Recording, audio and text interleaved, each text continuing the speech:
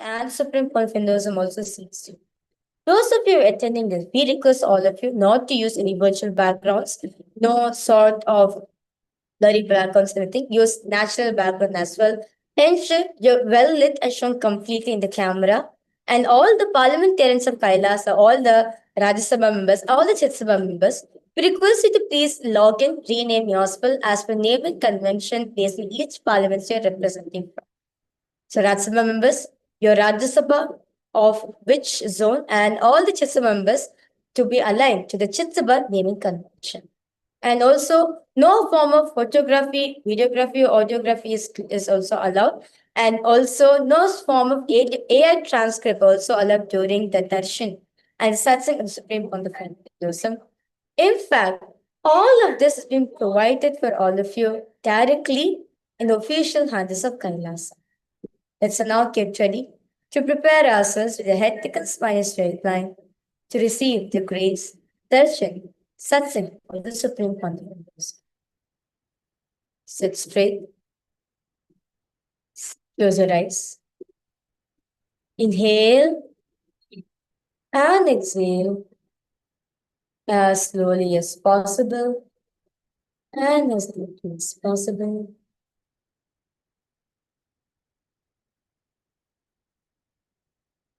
Center yourself within a space of gratitude. At this moment, any thoughts arises, just do not give any meaning to it. Just observe. Do not create a thought. Do not sustain a thought. Do not destroy a thought. Do not indulge yourself into the thoughts. And do not give meaning to it. Just witness it from a third person point of view. Witness all the things. Observe whatever is happening in you at this point.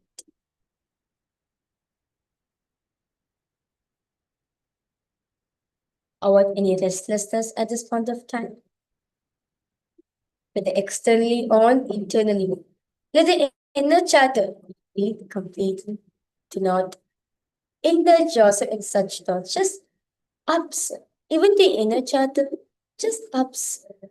Do not give any meaning, do not give any interpretations to all the inner chatter that's constantly running in. Just observe. Observe the observer. Witness the witnesser. Become aware of the awareness. Be conscious of the consciousness. Witness every single thing that's happening in you at this point of time.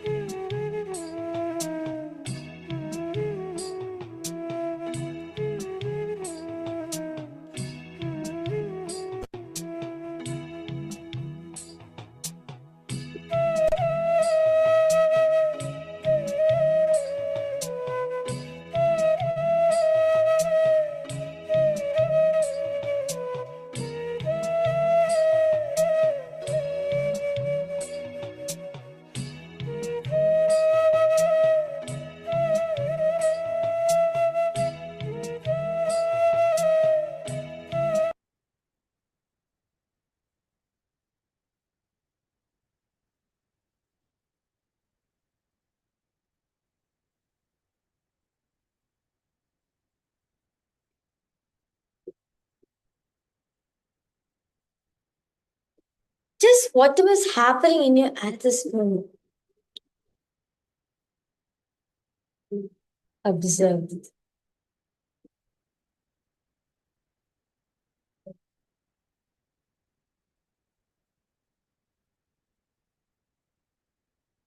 Observe the observe. See who's actually seeing the reality in front of you. Who's that person who's perceiving what I'm exactly seeing?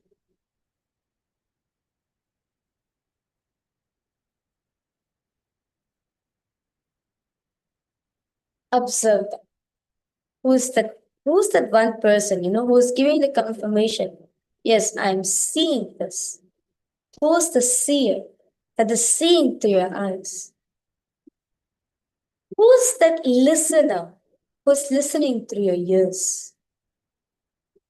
That's giving you a confirmation. Yes, I am listening. Who's that person who's talking? Who's that person who's talking? Who's that person who's talking? Who's that person who's talking? Who's that person who's talking? Talking.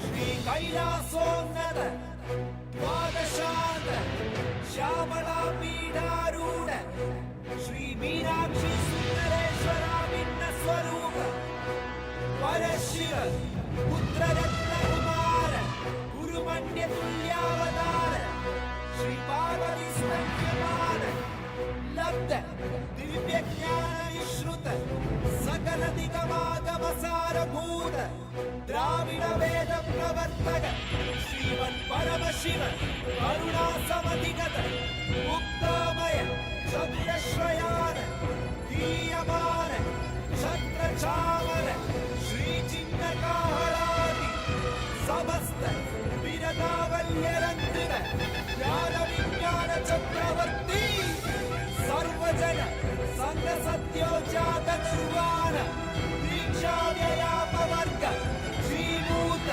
परमतकन भेद केशरी शैव सिद्धांत स्थापनाचार्य श्री राजाधिराज पाण्ड्य महाराज गुरु श्रवण शाक्यादि महातकार निर्वाण ज्ञानवानु वीक्षणानर्हार्ह वचोच्चेदन पूर्वक ऋषभध्वजस्थापक शैव समय कर्तृ सर्वज्ञ पीठारूढ़ श्री जगद्गुरु श्री ज्ञान संबंध देशिक स्वामी वागीश सुंदर माणिक्य वाचक स्वामिना अवतार भूत श्री ज्ञान संबंध स्वामी पुनरुद्धृत श्यामला पीठ महासंस्थान ज्ञान साम्राज्य शासक सर्वज्ञ पीठारूढ़ तृणवत्युत्तर वशदधम गुरु महासन्निधान महानिर्वाणि पीठस्य अष्टोत्तर सहस्र श्री महामंडलेश्वर अटल पीठस्य अष्टोत्तर सहस्रतम श्री अटल पीठाधीश्वर श्रीमन् परमहंस परिव्राजकाचार्य वन्द्य सच्चिदानंद प्रणव स्वरूप श्रोत्रिय ब्रह्मनिष्ठ नित्योत्सव नित्य मंगल नित्य कल्याण नित्य रचित नित्यानंद पीठ महासंस्थान महासिंहासन पीठ कर्तृ जगद्गुरु भगवान श्री श्री परमहंस नित्यानंद श्री ज्ञान संबंध देशिक परमाचार्य स्वामी परात् परात् परात्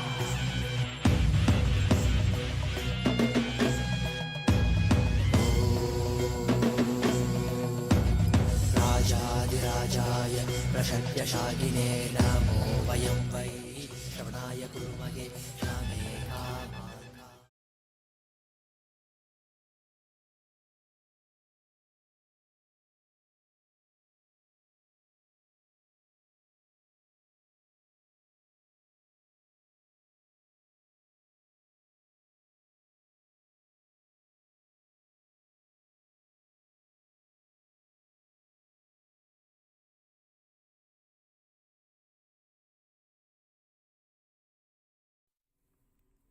Nithyanandam. Today is the second day of the grand festival of the Guru Purnima Brahmotsavam. This festival revives our cosmic roots through the sacred Guru Parampara, inviting us to actively awaken our inner spiritual, conscious sovereignty and become the living embodiment of Kailasa. Before the grand celebrations of Guru Purnima Brahmotsavam begin, the guardian deities of the temple are traditionally worshipped. Their supreme blessings and protection are sought for the absolute success, safety, and the spiritual fruition of all the upcoming sacred celebrations. Today, the entire pantheon of guardian deities of our temple ecosystem are honored and invoked. We are now going to offer our deep worship and gratitude to Pidari Amman, Devi Kali, Bhagavan Kalabhairava, Bhagavan Munishwara, and Devi Karnashini. Kalabhairava is the ferocious manifestation of Paramashiva, the presiding lord of time. Out of extreme love and compassion, he cleanses our karmas and awakens us to our peak integrity and authenticity, perfectly aligning our inner space for this sacred season. Mother Kali is the goddess of time and transformation. She relentlessly destroys the deep-seated inauthenticities within us, dissolving the ego to awaken Paramashivatva, the true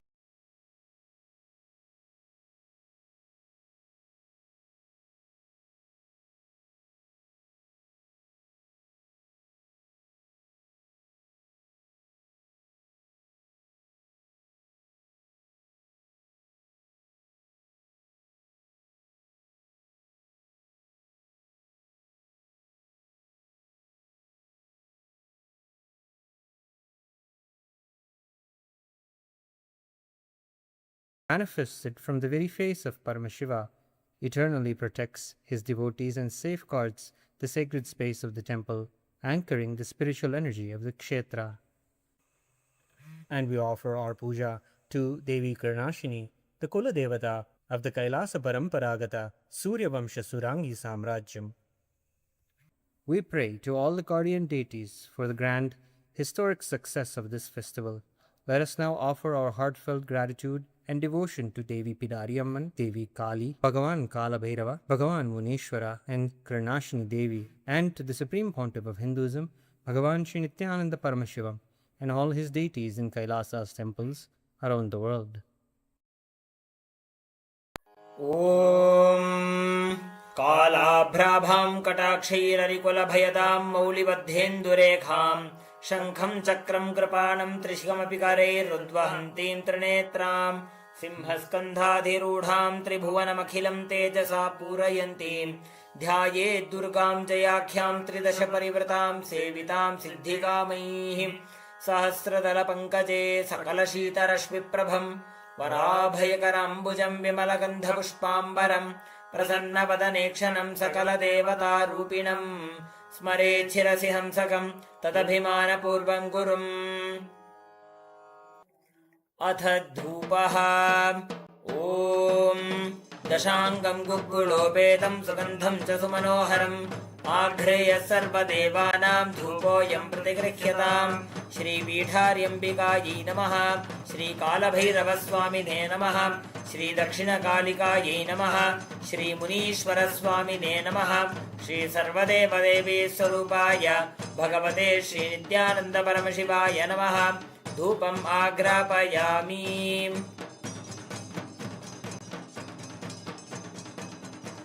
अथ दीपः ॐ साज्यं त्रिवर्तिसंयुक्तं वह्निना योजितं मया ग्रहाणमङ्गलं दीपं त्रैलोक्यतिमिरापहं श्रीपीठार्यम्बिकायै नमः श्रीकालभैरवस्वामिने नमः श्रीदक्षिणकालिकायै नमः श्रीमुनीश्वरस्वामिने नमः श्रीसर्वदेवदेवीस्वरूपाय भगवते श्रीनित्यानन्दपरमशिवाय नमः दीपं सन्दर्शयामि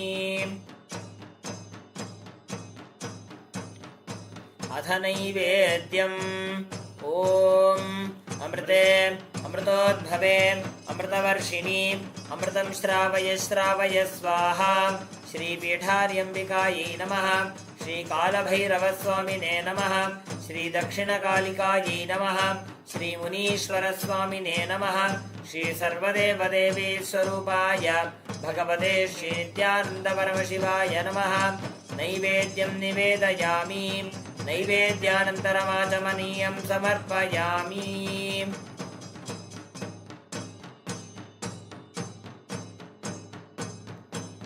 नीराजनम् ॐ साङ्ग्रहण्येष्ट्याय यजते इमां जनतागुं सङ्गृह्णानीति द्वादशारत्नीरशना भवति द्वादशमासाः संवत्सरः संवत्सरमेवावरुन्धे मौञ्जी भवति ऊर्ध्वै मुञ्जाः ऊर्जमेवावरुन्धे चित्रानक्षत्रं भवति चित्रं वा एतत् कर्म कर्पूरगौरं करुणावतारं संसारसारं भुजगेन्द्रहारं सदा वसन्तं हृदयारविन्दे भवं भवानी सहितं नमामि भवं भवानी सहितं नमामि भवं भवानी सहितं नमामि श्रीपीठार्यम्बिकायै नमः श्रीकालभैरवस्वामिने नमः श्रीदक्षिणकालिकायै नमः श्रीमुनीश्वरस्वामिने नमः श्रीसर्वदेवदेवीस्वरूपाय भगवते श्रीनित्यानन्दपरमशिवाय नमः कर्पूरनीराजनं सन्दर्शयामि रक्षां धारयामि शोणाद्रीशावताराय ज्योतिस्तम्भस्वरूपिणे श्रीकैलासप्रधानाय नित्यानन्दाय मङ्गलम् तत्त्वज्ञानप्रदाताय नित्यानन्देश्वररूपिणे श्रीकैलासप्रधानाय नित्यानन्दाय मङ्गलम् मूलप्रकृतिरूपाय परमशिवशक्तिस्वरूपिणे श्रीकैलासप्रधानाय नित्यानन्दाय मङ्गलम् दण्डत्रिशूलहस्ताय कालकालस्वरूपिणे श्रीकैलासप्रधानाय नित्यानन्दाय मङ्गलम् आदिपूज्याय देवाय सकृत्पूर्णत्वरूपिणे श्रीकैलासप्रधानाय नित्यानन्दाय मङ्गलम् सर्वाभयविनाशकाय शत्रुसंहाररूपिणे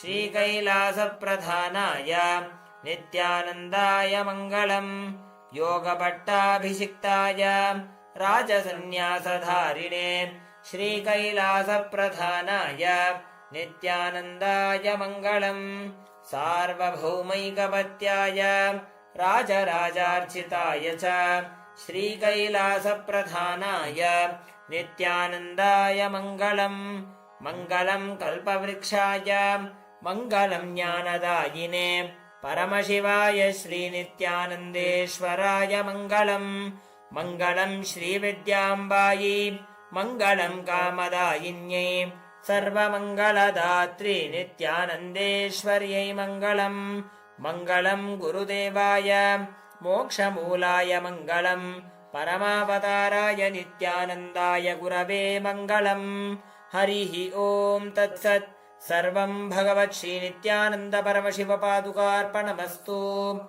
ॐ नित्यानन्दम्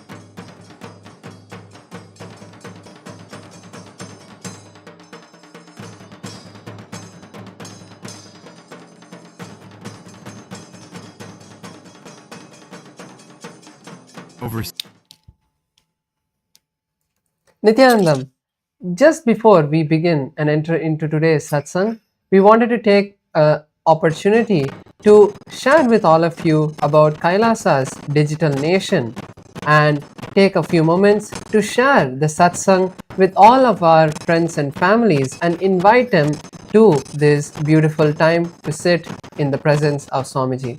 Kailasa is the world's largest digital nation with over 1 billion lives enriched and enreached. So the live darshan can be experienced through the YouTube channel, and before the social media becoming actually so popular, the Supreme Pontiff of Hinduism spearheaded simple enriching through the digital platforms to reach international audience. So more than 11.5 thousand digital assets, digital media platforms in over 108 languages and 150 regions around the world are established by the Supreme Pontiff of Hinduism. Let us take a few moments to head over to Kailasa's SPH Nithyananda YouTube channel, and over there you can subscribe to the channel and click on the live video in the home page. And in the live chat section, you can post your prayers to have them blessed by the Supreme Pontiff of Hinduism directly. The next platform we will be going to is the KAILASA SPH Nithyananda Instagram handle. So let us now go to Sri Nithyananda, the Instagram platform, and share, comment, and like the Instagram live video that is going on, where you can experience the live darshan on Instagram platform. The next platform is X, formerly Twitter. You can go to the topmost pinned post and click on the reply icon, and then you can post your prayers to the SPH with the hashtag as the avatar in the live chat. Next is the KAILASA's SPH JGM Nithyananda Paramashivam Facebook page, where you can go to the Facebook and search for Sri Nithyananda on Facebook and visit the Facebook page to receive the live darshan of the Supreme Pontiff of Hinduism, Bhagavan Sri Nithyananda Paramashivam on Facebook. You can also post your comments, share the live with all your friends and family, like the video as well. And you can share all your prayers, prayer requests and blessing requests to the Supreme Pontiff of Hinduism, Bhagavan Sri Nithyananda Paramashivam, directly on the Facebook comments. The next platform is TikTok, where once again in the live video in TikTok, first of all you can follow the TikTok handle of the SPH, and in the live video you can post your prayer and requests to the SPH and have them blessed directly by Swamiji. So now with this, we'll be moving to the next segment, which is the Hindu votes, the parliamentary voting segment, where we are going to be seeing what the today's topic is. As the WHO raises concerns that digital platforms, social media, and generative AI are reshaping the health and development of children, UNESCO is calling for AI in education to remain safe, inclusive, and centered on human dignity. The Supreme Pontiff of Hinduism, Bhagavan Sri Nithyananda Paramashivam, revealed that technology must be guided by consciousness. Through Kailasa's Gurukul ecosystem, yoga, meditation, completion, and youth can be empowered to use technology without being controlled by it.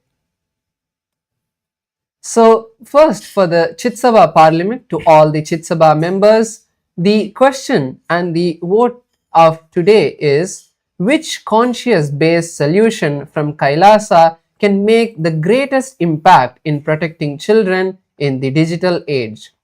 The options are: number 1, Gurukul education integration, technology with spiritual values.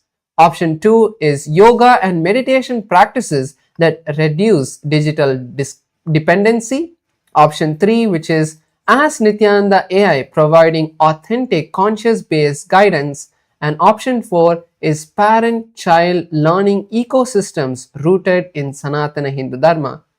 So all of you can head over to kailasa.org/Hindu votes and cast your vote for the Chitsabha Parliament.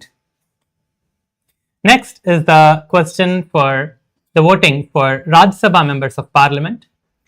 What practical initiative should Rajya Sabha teams launch to help families use AI and digital technology consciously? The first option is conduct conscious technology workshops for parents and children. 2. Create weekly digital wellness and meditation circles for youth. 3. Establish Ask Nithyananda AI learning groups in temples and communities. 4. Train youth as conscious AI ambassadors who promote responsible technology use. All the Rajya Sabha members of Parliament can head over to kailasa.org/Hindu-votes and cast your votes over there. With this, let us continue to enjoy the beautiful darshan of the Supreme Pontiff of Hinduism and the satsang, and make sure to share the satsang with your friends and family. Thank you all. Nithyanandam.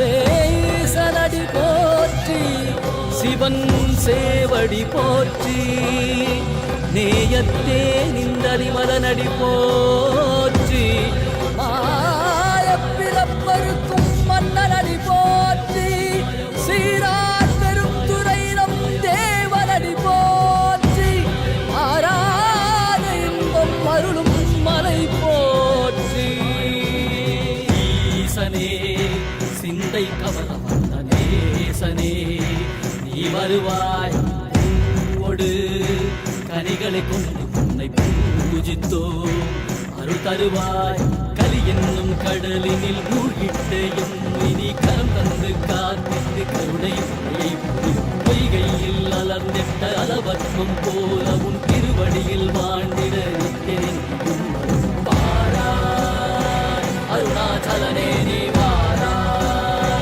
அகண்ட ஜோதியனே வாராய் அல்லல் நீக்கிடவே வாராய் அகிலம் போற்றுகின்ற ஈசனே சிந்தை கவல வந்த நேசனே நீ வருவாய் பூவோடு கனிகளை கொண்டு பூஜித்தோ அருள் தருவாய்.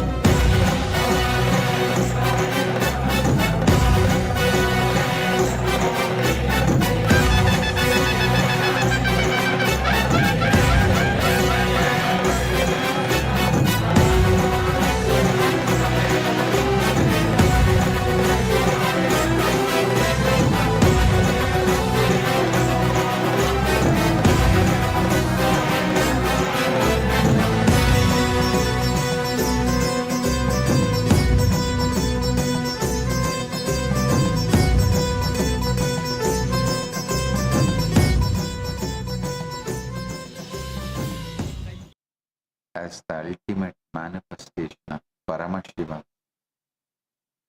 Tripurantakamurti, I bless you all with Paramatma.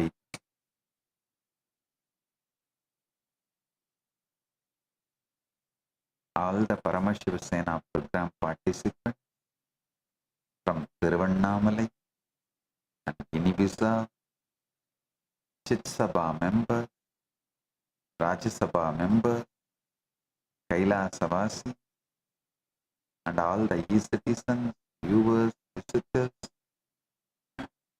who are joining with us through the internet and internet. I welcome each and every one of you with my love and blessing. Volunteers in Guinea-Bissau, Ma Vani Goyal and Ma Chin Hao, volunteers in Tiruvannamalai, Pratap, Vignesh, Shivarudra Bhairava, blessings for everyone. Today, I initiate all the PSS participants into Paramadvaita Diksha, manifesting all the Ananta Kalyana Gunas of Paramashiva, manifesting as Nithyananda Paramashivam,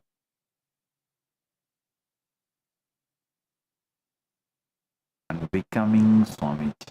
Tata.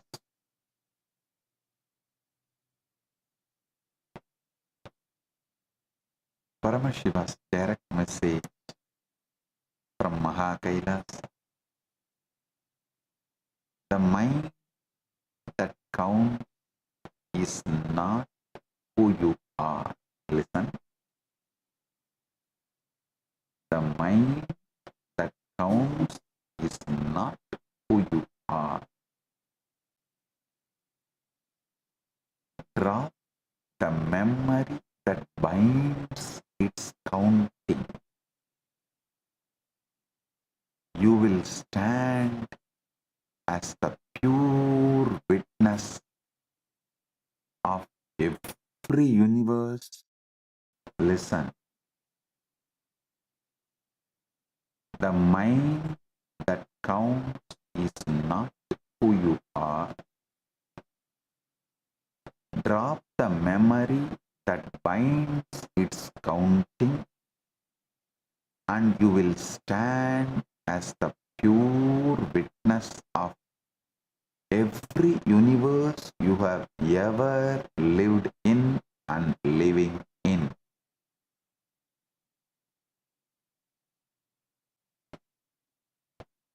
Your mind is nothing but a counting mechanism operating in length, breadth, and depth, stabilized by memory into the experience of time, and the instant you step out of that memory stabilizer, you recognize yourself as the timeless consciousness, watching countless simultaneous lives with nothing but absolute compassion flowing through you. Listen. Understand first how the mind actually operates. Actually, if you understand this, all your worries about the health, wealth, relationship, everything will disappear.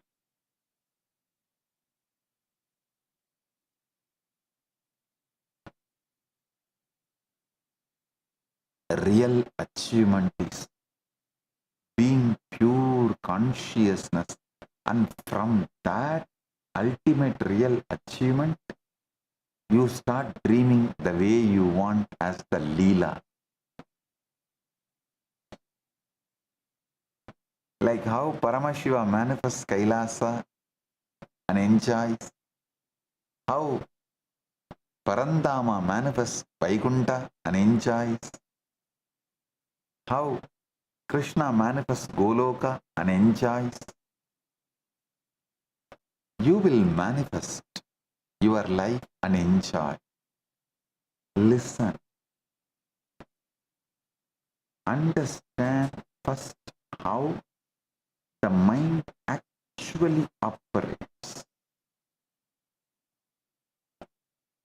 When the mind counts purely in length, one thing after another, one number after another, that counting is what we call mathematics. It's a mind moving in single straight line.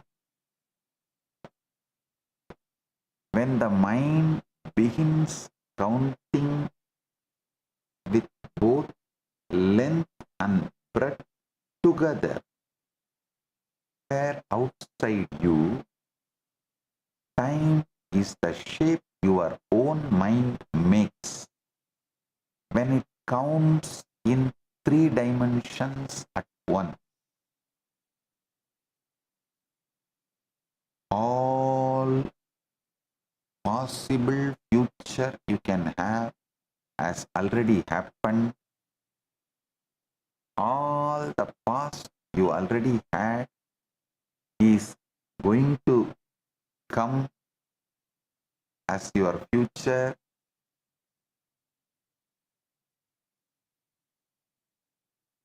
The present, what you call, does not exist other than your mind counting from length, breadth, depth. Listen, this is exactly why the mind, however brilliant, however refined, can never go beyond time, because the mind is not merely trapped inside time. The mind's very structure of counting is time. A ruler cannot measure its own length, and the counting mind cannot count its own way of counting.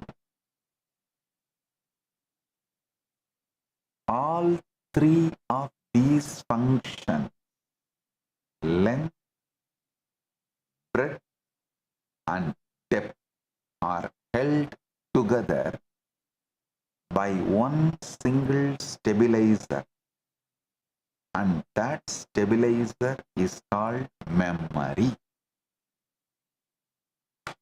Without memory, length would not become a line, breadth would not become a surface, and depth would not become time. There would only be a single disconnected, timeless instant.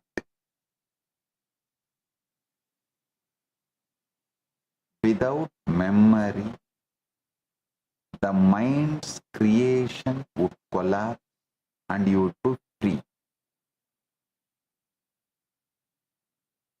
Without memory, the mind's creations would collapse and you would be free. Memory creates the illusion of condition. You remember you are the same person who woke up this morning, so you believe in a continuous self.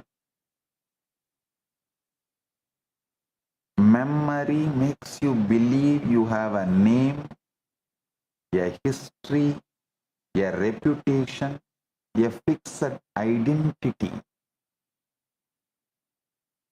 But the self is not solid. The self is just memory. The self you are experiencing is not solid. The self you are experiencing is a memory. Memory is not reality. Memory is the mind's way of recycling the past and calling it the present. Here is the precise mechanism of manifestation. Listen. When you consciously hold a memory and operate through it, sustaining an intention across length, breadth, and depth, you begin to manifest that reality. This is not superstition. This is precise cosmic engineering. This is what Paramashiva manifesting through this being.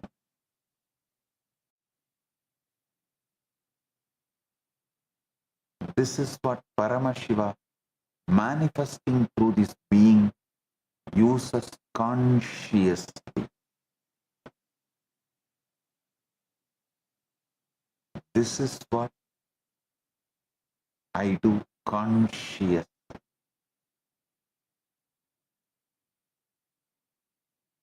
But understand the deeper secret. I do not carry the cluster of memories, the clustered accumulation of memory.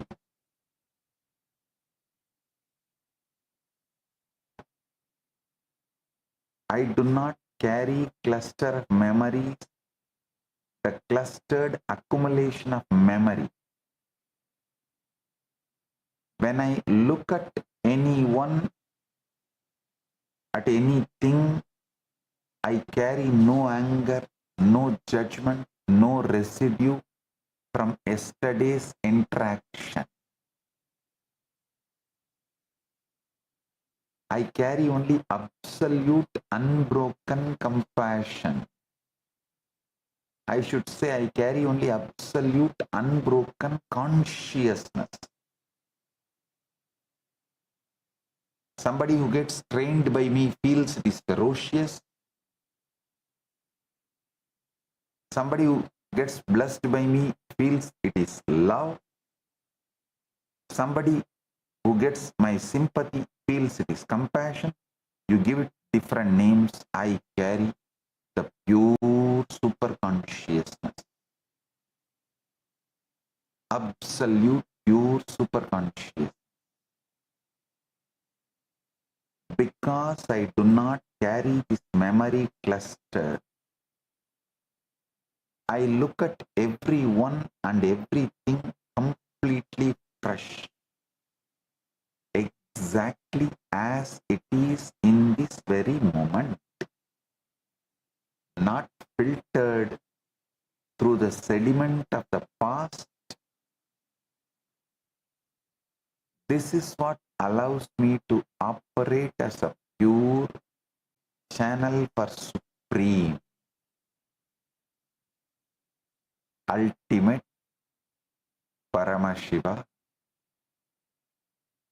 I do not carry the memory of this world, yet whatever is precisely needed for this world right now manifests spontaneously through me. This is extreme conscious compassion, not compassion as an emotion or a decision, but compassion as the very nature of consciousness when nothing blocks it. This precise, sharp, cosmic operating procedure, functioning without personal memory, but with total access to everything the universe needs, is called Kala. This is why I am able to act with total consistency, moment after moment, without the fatigue of carrying yesterday's baggage. Listen.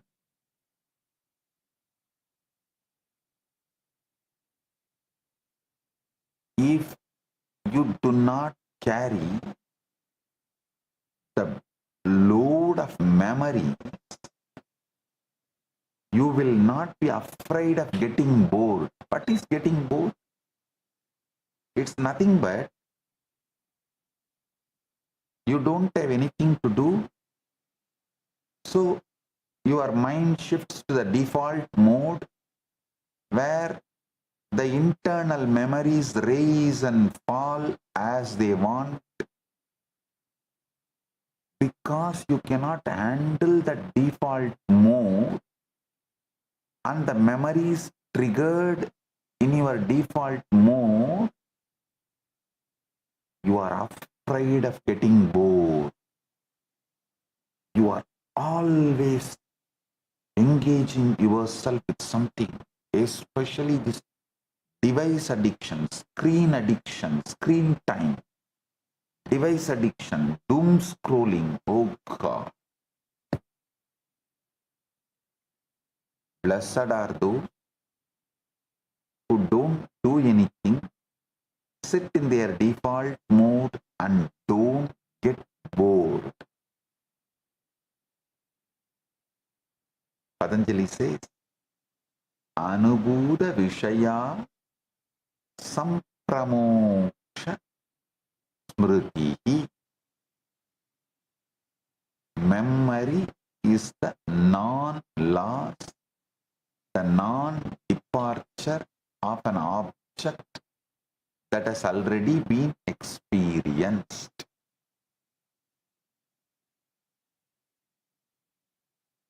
Anubhuda Vishaya Sampramosha Smritihi. Physics understand only this linear dimension of time. The arrow of time is the physics term describing why time appears to flow in only one direction, from the past to future. Even though most fundamental equations of physics work equally well running forward or backward, physicists now understand this asymmetry is not fundamental property of the universe. It is an emergent property arising from the increase of entropy, the accumulation of disorder in systems that retain a record of their past states. In plain terms, the arrow of time exists in systems that remember. Memory is what creates the felt direction of time. This is exactly what Paramashiva is revealing. Time, as you experience it, is the mind's three-dimensional counting sustained entirely by memory. I'll tell you one more secret. If you try to be in Paramashiva state forever, you will never. Because you will just have one thought and then your mind will say, oh, already I slipped.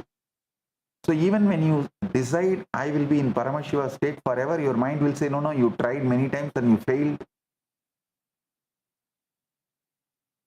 That memory is enough to just collapse your confidence and eat you with the self-doubt. Listen, how many of you understand?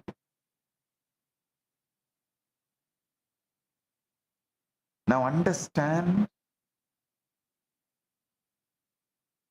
the razor's edge hidden inside this truth I am revealing. When an incarnation carries no memory clusters and offers only pure, unconditional love, compassion, those close to that incarnation can begin taking the compassion for granted. This is exactly what happened with the Yadavas around Krishna and Balarama and Subhadra. All of you should know, Krishna is incarnation of Parandama. Balarama is incarnation of Adisesha.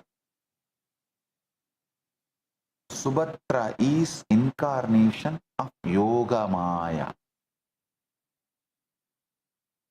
yoga shakti of Parandama.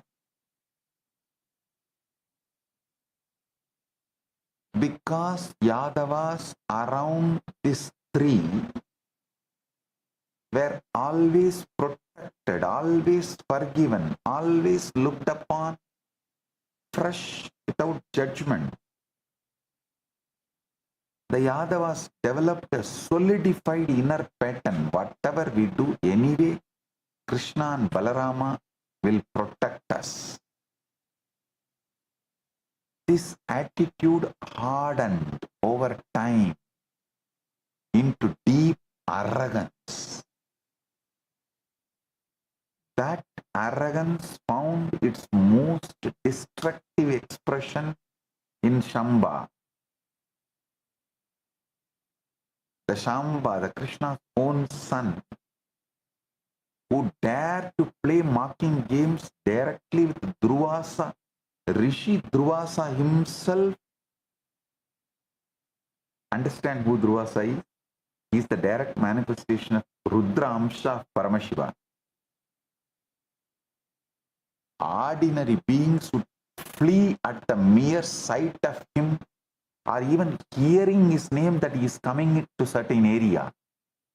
They will run away, knowing the intensity of his tapas and ferociousness. But Shamba, intoxicated by the arrogance and taking divine compassion for granted, mocked Durvasa directly. Maharishi Durvasa directly, and invited the catastrophic consequences upon the entire Yadava clan. A parallel pattern unfolded with Daksha. He received a boon of perpetual protection from Mahavishnu, and from that single assurance, arrogance-based decision-making became a deep solidified groove in his brain. The pattern grew so strong, so crystallized, that eventually drove him to abuse Paramashiva himself directly. His very mind had become nothing but arrogance. The pattern had become the person.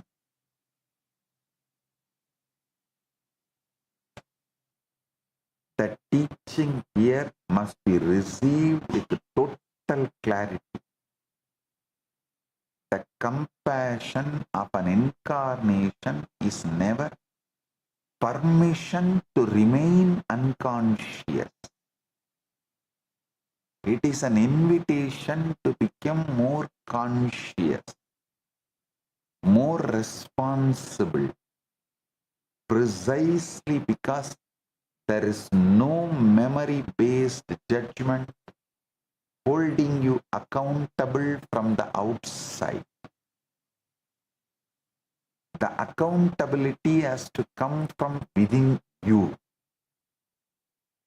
When compassion is exploited rather than received with gratitude, it does not harm the one giving compassion. It only deepens the very arrogance pattern that will eventually destroy the one exploiting it. Listen, you should understand why I am ferocious sometimes. Because I do not want you guys to become like Yadava clan or Daksha.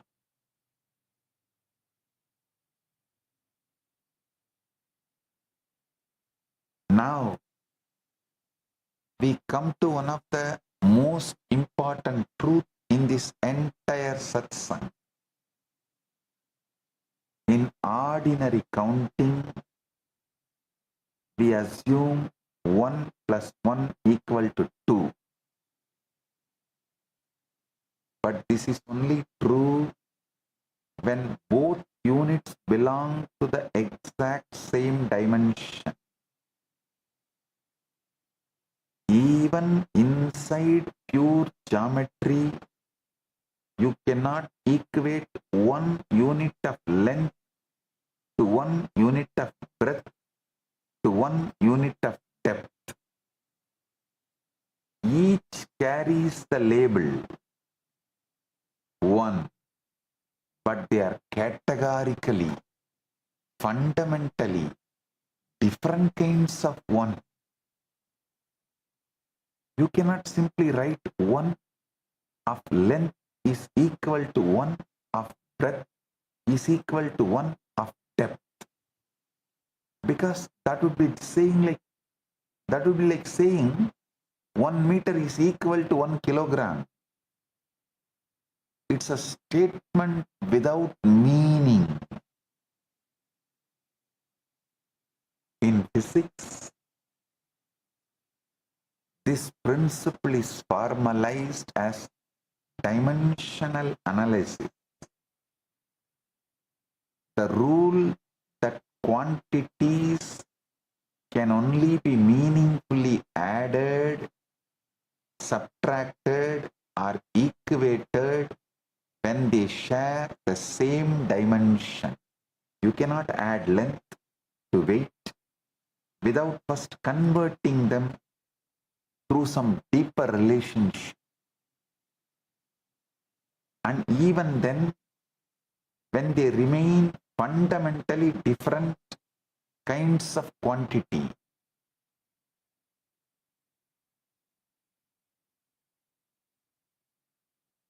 understand this, I'm repeating.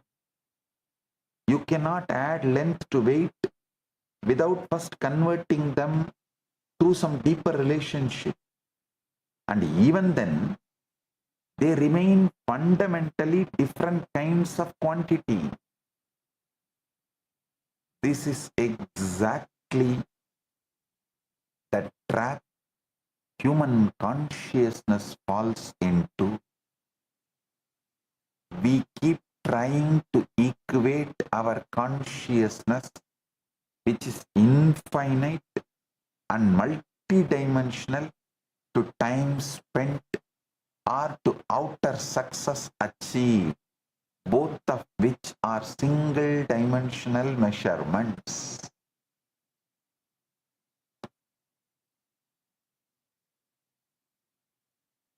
We say, I lived 100 years, therefore I must be wise. Or I achieved this much, therefore I must be fulfilled. But consciousness and time are not in the same dimension.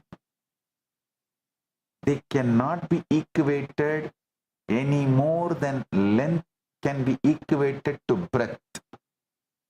Consider this. How can 100 years of consistent, vivid dream be equated to 100 years of waking life?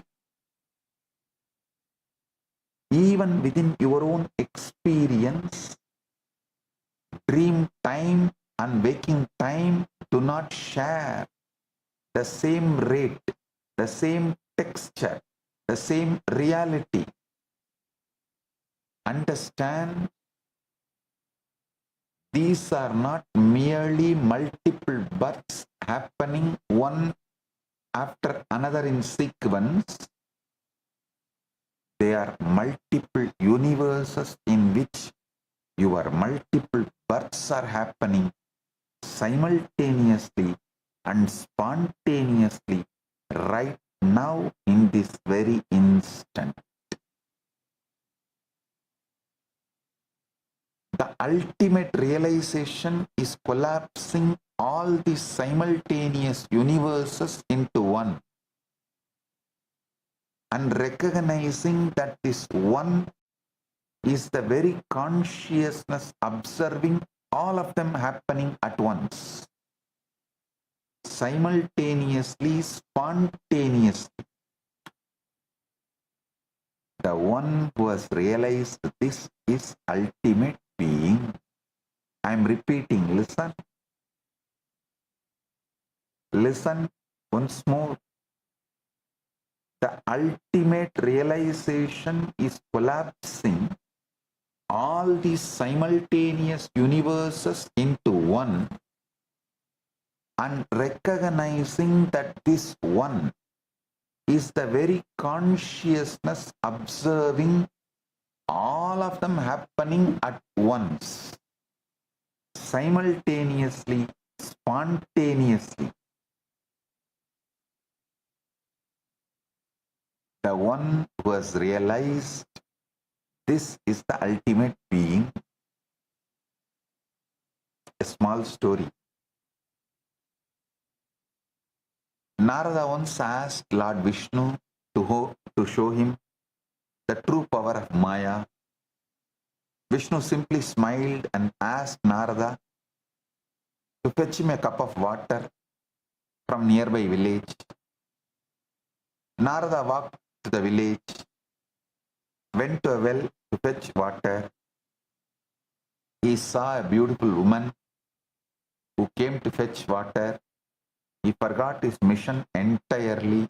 He fell in love, married her, had children, worked, aged, and lived a full lifetime.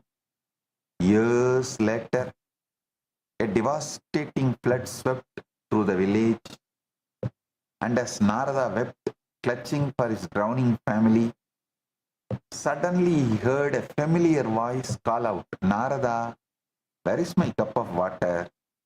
I have been waiting." He opened his eyes to find himself standing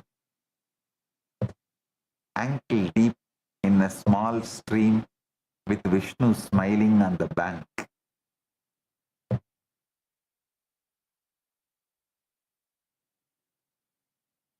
Now, between the Narada, who is eternal cosmic Rishi, chanting Narayana, Narayana, and the Narada who lived and wept entire lifetime in that village, which Narada is real? Is Narada who chants Narayana, Narayana all the time, met the Parandama and who Parandama asked to get water, or the Narada who lived a full time in the village with wife and kids? Which Narada is real? The answer is neither. Neither. Listen.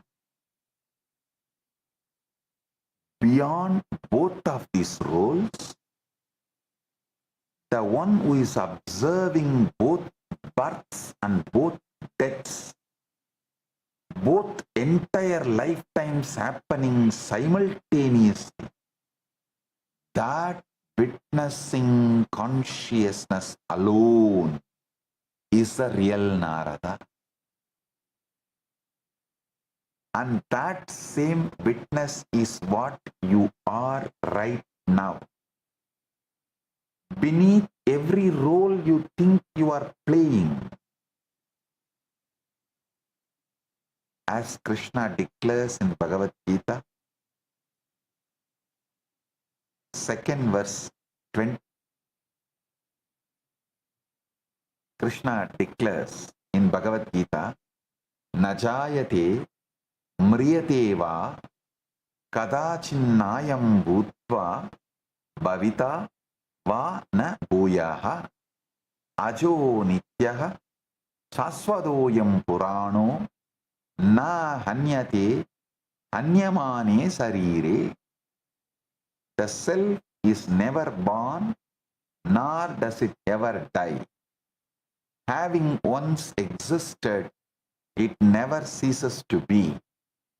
It is unborn, eternal, ever-existing, and primal, and it is not slain when the body is slain. Even now, in this very satsang,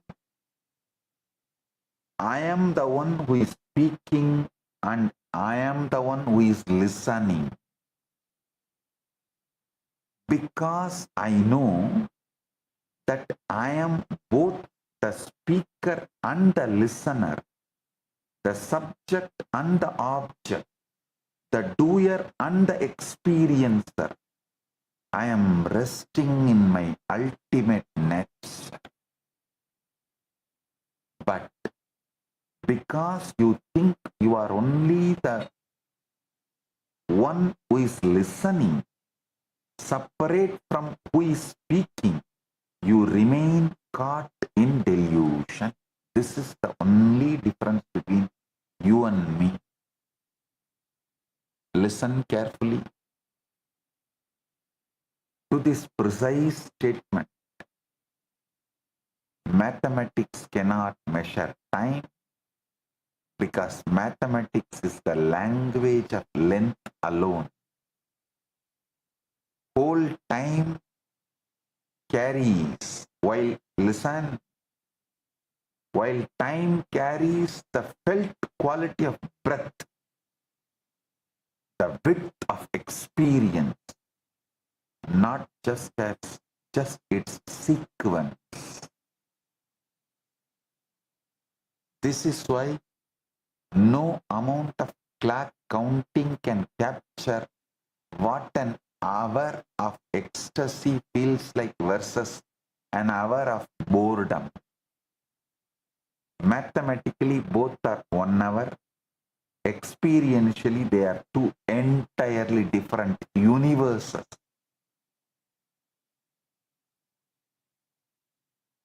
Of felt time.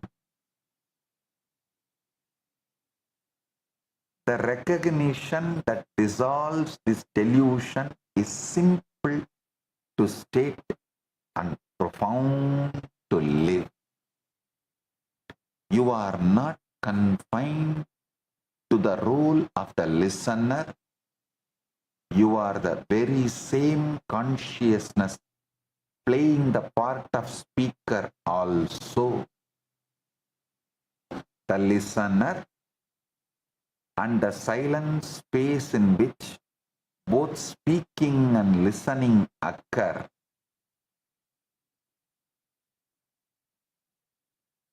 You are the very same consciousness playing the part of the speaker, the listener, and the silent space in which both speaking and listening occur.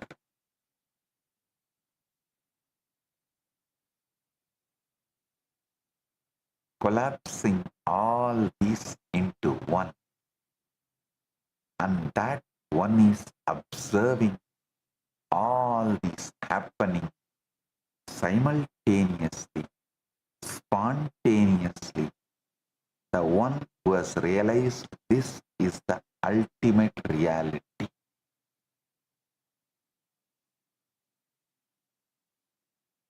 Again, Bhagavad Gita declares, Idam sariram kaunteya kshetram ityavidiyate edatyo vedditam prahu kshetranya iti tatvidaha. This body, O Kaunteya, is called the field. The one who knows it is called the knower of the field by those who know.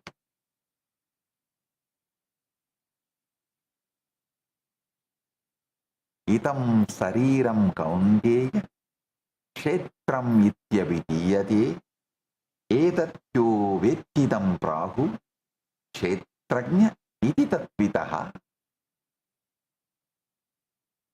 This body, O Kaunteya, is called the field. The one who knows it is called the knower of the field. In the modern world, an art piece is measured by the price a buyer is willing to pay for it. This measurement is deeply flawed. The real value of art is its capacity to make the person flow, The artist, how much he has flown. And the person who is seeing the art, how much he is made to flow. Actually, both are one and the same. If the art is done by the artist who has flown into it, it is alive with that frequency and makes anyone flow into that who sees it, who observes it, who enjoys it, who connects with it. Flow means the mind stops, it's dry. Linear counting, mathematics. Flow means the mind stops its dry linear counting, mathematics, and begins moving across breath, expanding, melting, opening. Only when consciousness is flowing in breath is something truly art, regardless of what it's sold for.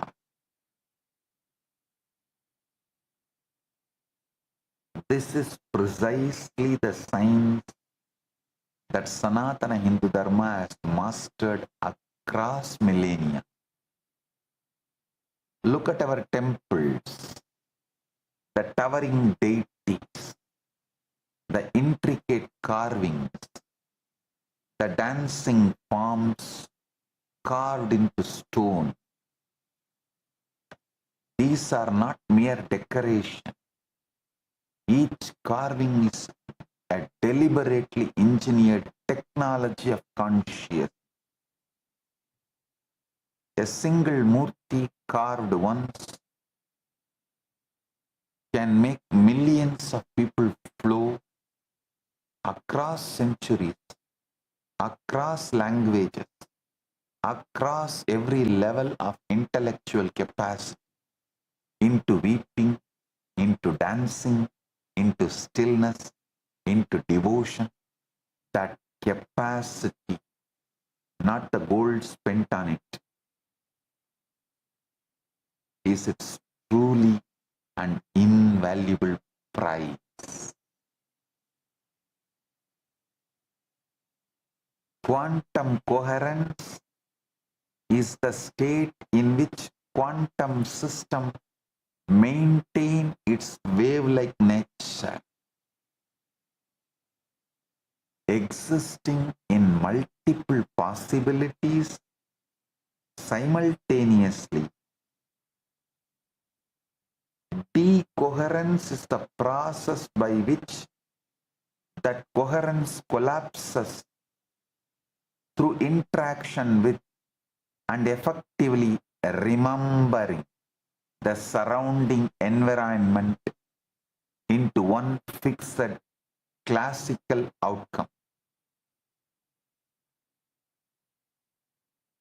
In exactly the same way, when your mind is loaded with memory clusters, it decoheres into a single fixed limited story about who you are.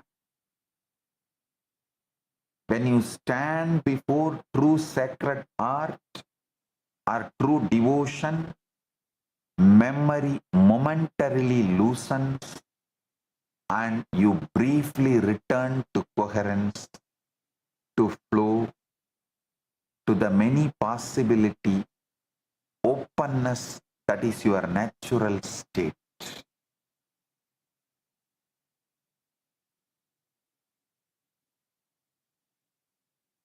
Listen. Your mind counting is mathematics. Your mind flowing is art. Your mind stabilized without memory is consciousness beyond time.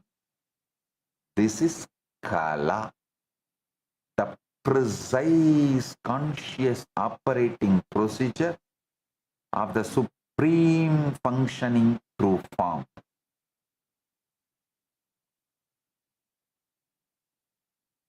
Stop equating your consciousness with years lived, achievements gathered, or outer success measured. You are not 1 plus 1 equal to 2. You are the infinite witness of length, breadth, and depth, and time together. You are the infinite witness of length, breadth, depth, and time together. Remember, Narada, neither the rishi nor the householder was the real Narada. The real Narada is the one watching both simultaneously, spontaneously. Remember the Yadavas and Daksha. Never take compassion of the divine as a license for arrogance. Take it as an invitation to responsibility and enlightenment. A small story. Mullah Nasruddin once borrowed a large cooking pot from his neighbor. A few days later, he returned it along with a small pot tucked inside it. The neighbor asked, "What is this?" Mullah said, "While it was with me, your pot gave birth to a little one. This small pot is yours too." Delighted, the neighbor happily accepted both pots. A month later, Mullah borrowed the same large pot again. But this time, he never returned it. Entitlement and that pattern became their prison.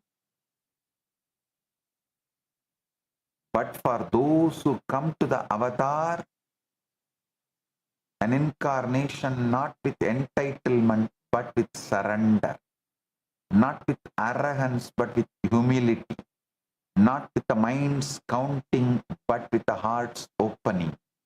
For them, the avatar's compassion is not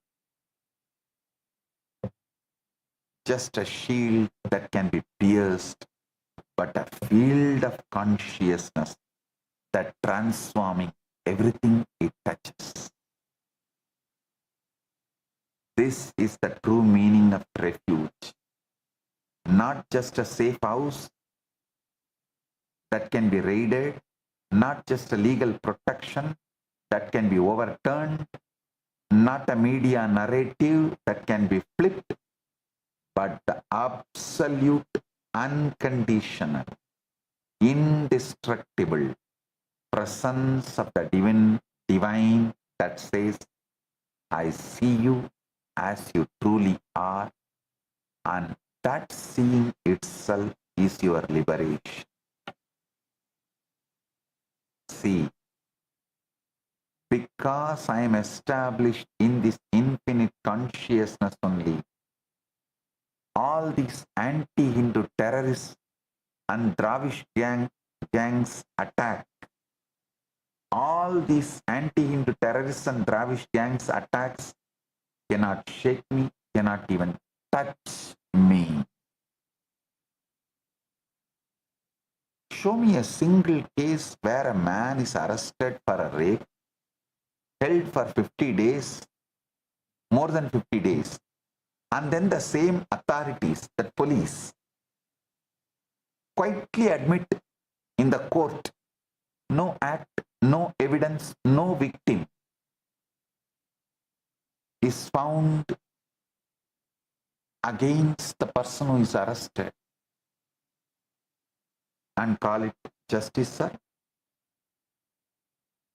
Show me a single case where the victim cannot be named, cannot be produced, and cannot be verified, Yet the accused is still denied bail on the strength of a story with no storyteller, with no real character in that story. Show me a single case where the complainant vanishes from the narrative entirely, but the accusation somehow survives them. Show me a single case where the state admits in writing in the court that no crime scene exists and still asks the accused to prove a negative. Still asks the accused to prove negative. Show me a single case where innocent until proven guilty quietly becomes guilty until proven the innocence. Actually, I should say the other way.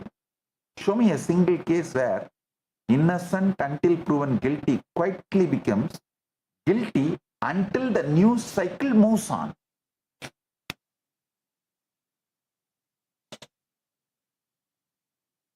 I tell you, when you take refuge in Paramashiva, the protection is not just spiritual or legal, it is ontological. It changes the very ground of your being. When the ground changes, the pursuit changes too. When the world builds a case against you, when memory is weaponized, when numbers are manufactured, when timelines are fabricated, the one who dwells in the no memory state cannot be touched, because there is no one to touch. Only the infinite operating through the finite. And this is the promise I make to you. Abhayam is not just a promise that nothing will happen to you. Abhayam is the promise that whatever happens to you, you will remain untouched in your core, because your core is me and I am untouched.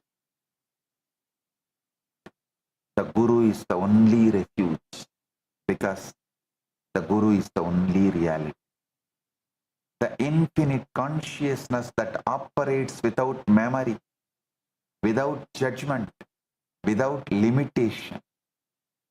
And when you take that refuge, you become that refuge for others.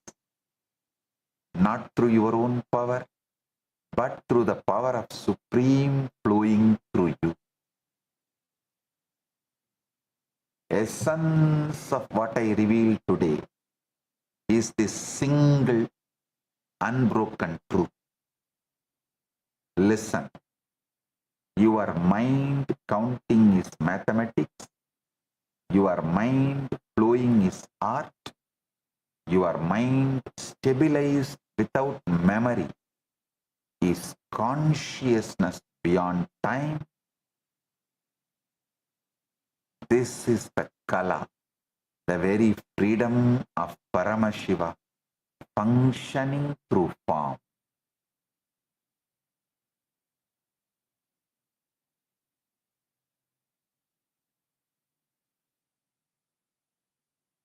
Collapsing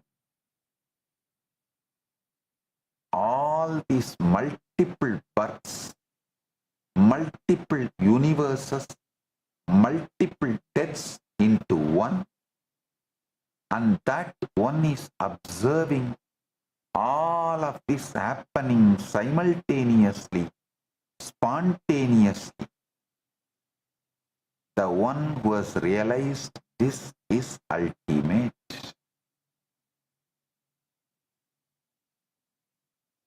This is the state of an enlightened being, enlightened incarnation.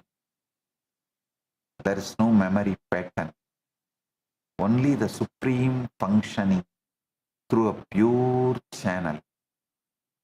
This is the state of the ultimate observer.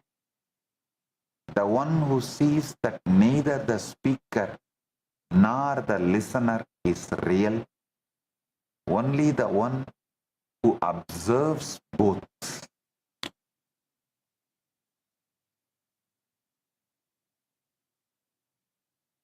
This is the state of true art. The ability to make millions of people flow into the dimension of breath beyond limitations of the calculating mind. This is the state of the temple where a single piece of carving on stone can transport countless souls into the experience of the divine. Let this truth stop being a concept you understood and become the very way you breathe, you breathe, relate, and exist, so that every moment becomes Shaktini Pada and Shakti Pada, oneness, and every breath becomes an initiation into moksha, oneness, enlightenment, here and now.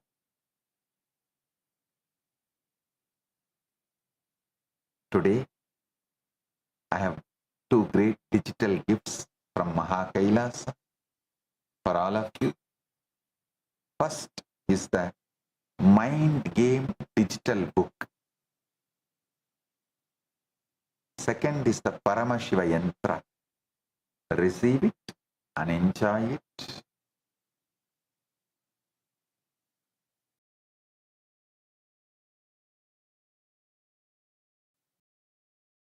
Be the ultimate being who witnesses, sees all the multiple births, deaths, universes happening inside you.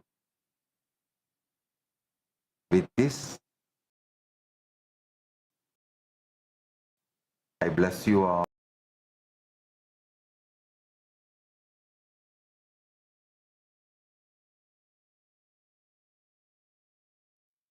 Volunteers in Guinea-Bissau,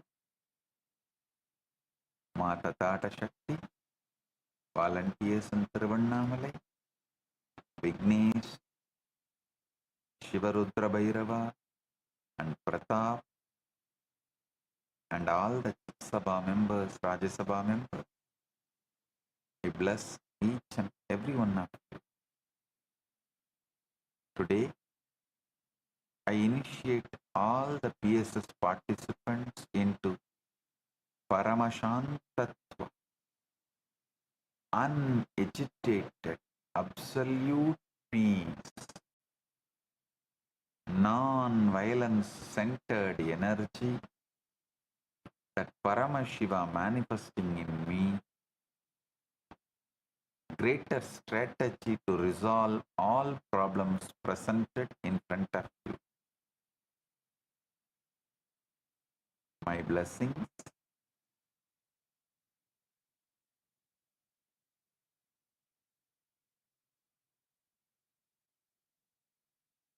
Paramashiva's direct message from KAILASA.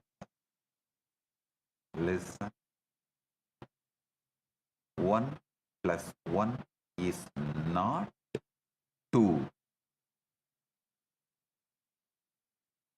1 plus 1 equal to 2 is the lie your mind tells, so that it can forget the infinite.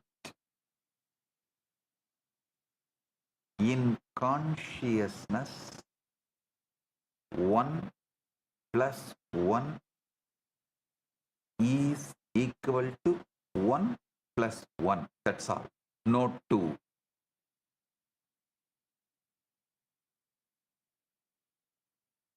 In consciousness, 1 plus 1 is equal to 1 plus 1. That's all. No 2. And in Paramadvaita, even the I dissolves, leaving only I am.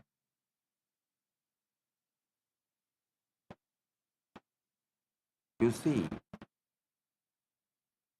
1 plus 1 equal to 2 is not a truth of consciousness.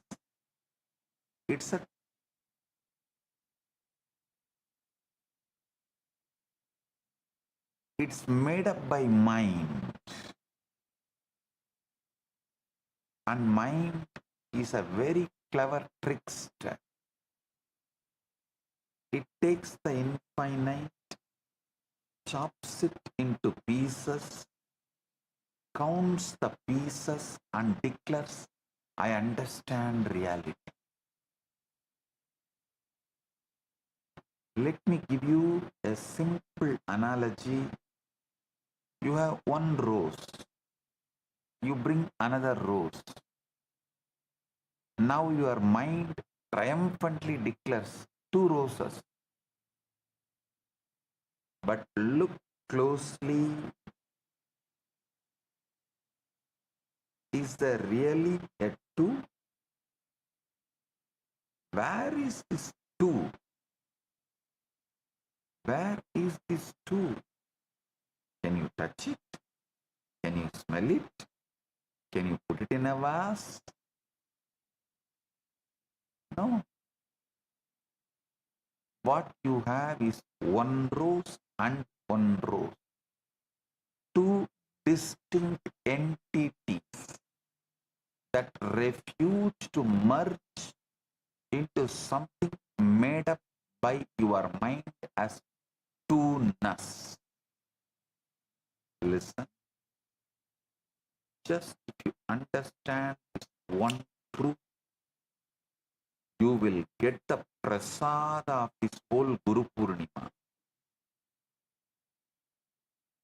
This Guru Purnima,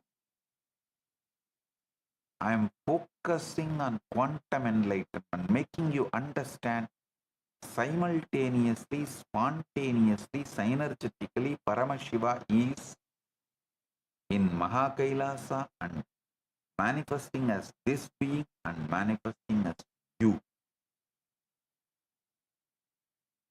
He is breathing in you. Just allow him to spread in your whole nervous system. Just say, whoever is breathing inside me, whoever is managing all the fundamental activities like blood flow, heartbeat, breathing, let him pervade and take over this whole nervous system. Just leave it to him. Let him pervade and take over this whole nervous system you are carrying.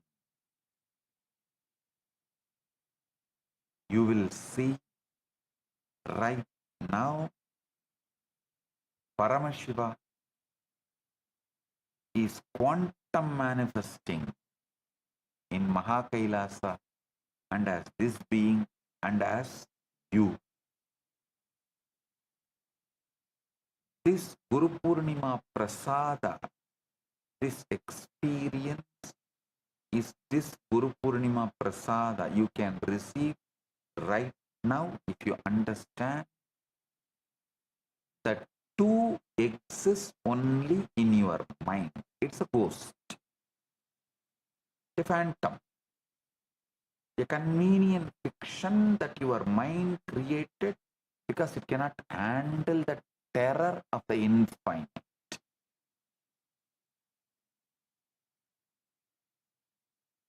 Mathematics is not the language of the universe. It's a language of the mind's desperate attempt to domesticate the universe. Anything you want to domesticate, you first castrate, remove the life producing possibility, whether it's a pet dog or the bull reduced to bullock, anything you domesticate, you castrate. So the mind castrates the universe using math.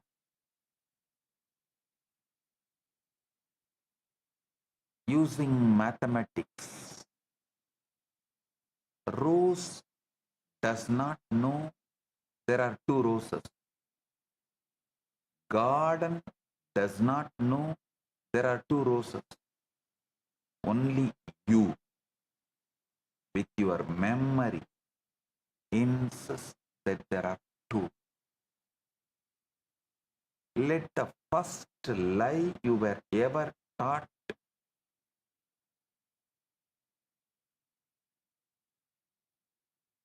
was by the school teacher with a piece of chalk who taught you 1 plus 1 equal to 2 should disappear.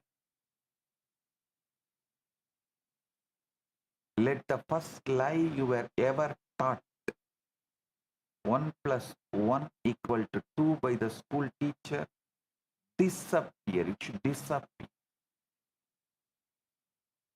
No.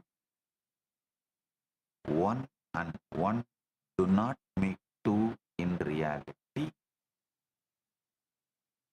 In reality, they remain 1 and 1. 2 simultaneous instances of the same infinite expressing. The mind says 2 because it cannot hold infinity without passing a number label on it.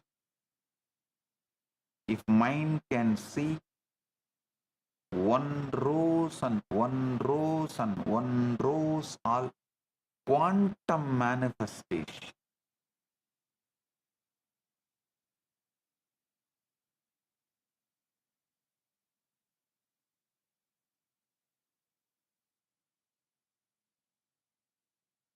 The mind says 2 because it cannot hold infinity without pasting a number label on it. This very lie, the foundation of duality,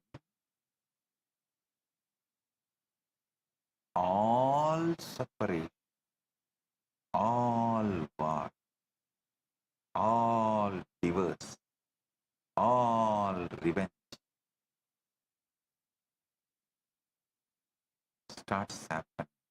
This very lie is the foundation of all duality, all separate, all war, all divorce, all revenge. Take a couple, they live together for 100 years. They eat together, sleep together, dream together. The one has an affair. Suddenly, the mind had been merging them into we splits them into 1 and 1. Listen.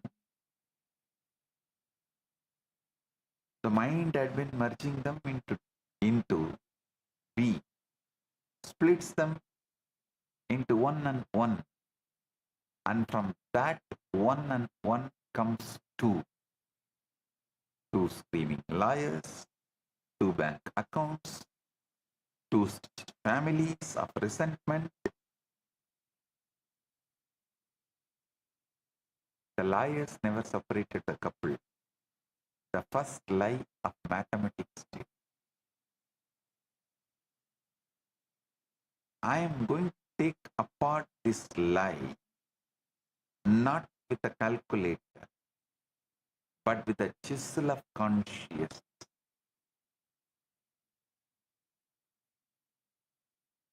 Listen carefully. I am not saying arithmetic is useless. Arithmetic is extraordinarily useful. It keeps your electricity bill honest. It calculates the moon's distance from the earth. It builds your bridges. It builds your dam. But it is the maths of the mind. It is not the maths of the consciousness. In consciousness, the rose does not accumulate.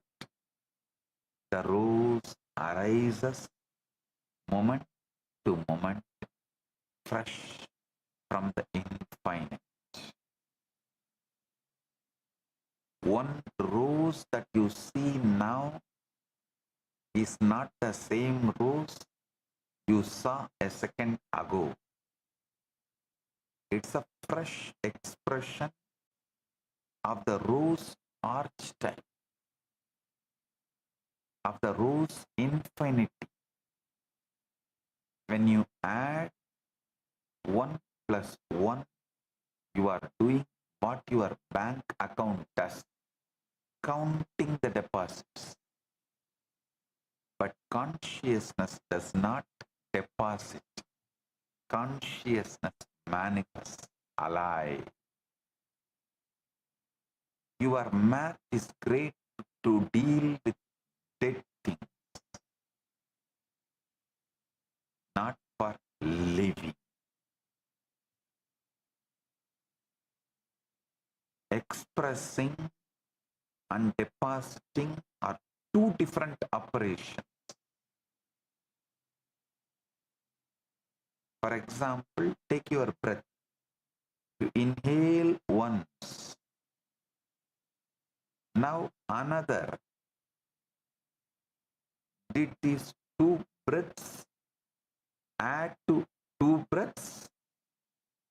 Or did each breath independently arise, express itself, and recede into the infinite? You do not carry your last breath on your shoulder. You do not stack your breaths like a plates. If you did, even a single lifetime would drown you. So many breaths you would be piling on top of yourself. The breath is honest. Each one is fresh. Each one is one, and there is no and one. The very grammar of breath is singular. And tell me honestly, at this present moment, do you feel like two breaths? Or do you feel the breath moving, fluid, unbundleable? This is the first taste of Paramadvaita, supreme non-duality. In supreme non-duality, things do not become two by addition. They simply express themselves one and another inside the one listen. They simply express themselves one and another inside the one.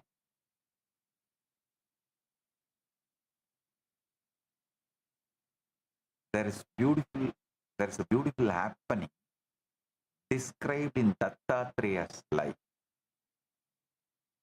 Dattatreya revealed the Avaduta Gita. Once when Dattatreya was asked by a king, how many universal forms do you see? He replied, I see one, always one. If at all a second arises, I laugh. because the second is forgetfulness, not reality.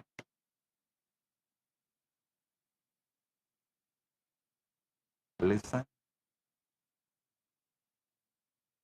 For the conscious being, 1 plus 1 equal to 1 plus 1, not 2. The mind collapses it to 2 only to survive. The mind has mortgages to pay. The mind has appointments to keep. The mind needs 2. The conscious being does not need 2. And a conscious being can exist with mind also, but mind will be limited to the play of internal, intra-organ. It can play as one of the organs, that's all. Listen. As long as mind plays just its role, like your heart, lungs, kidney, intestine, memory, as long as your mind also plays its role, it's a great, amazing servant. But mind tries to teach you what is reality, what is right, what is wrong, what is good, what is bad, what is happiness, what is sadness. That is where the problem is.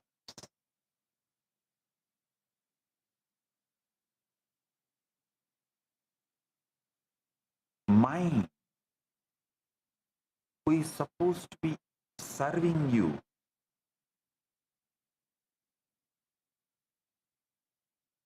mind is supposed to keep the appointments you have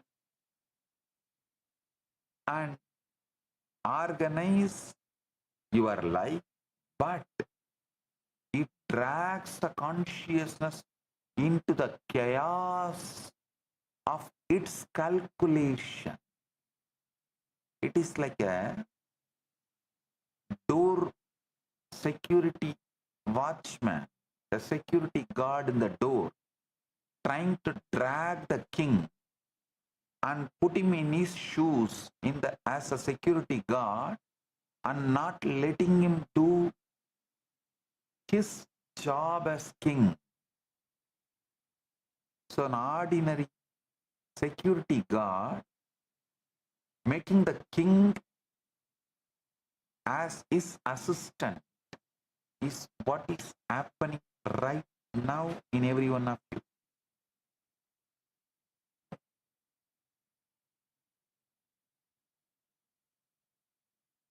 Mind needs 2. Conscious being does not need 2. This is the entire reason the world treats Paramashiva as shocking. Because Paramashiva does not collapse the one into many. Paramashiva sees only the one.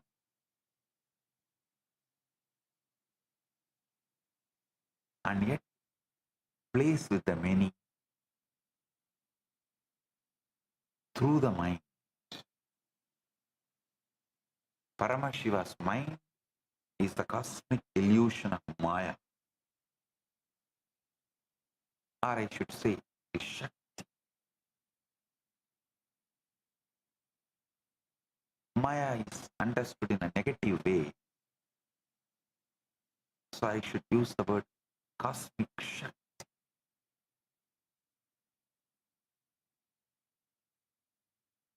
Chandogya Upanishad declares, Tattvamasi, you are that. You, ordinary mortal, you are not different from that. the infinite Brahman.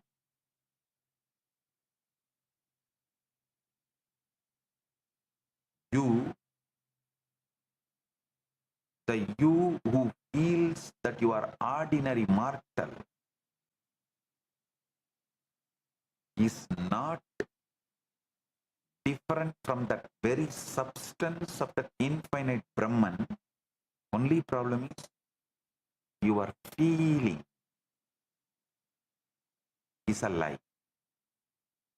Means you are feeling you are an ordinary mortal is a lie.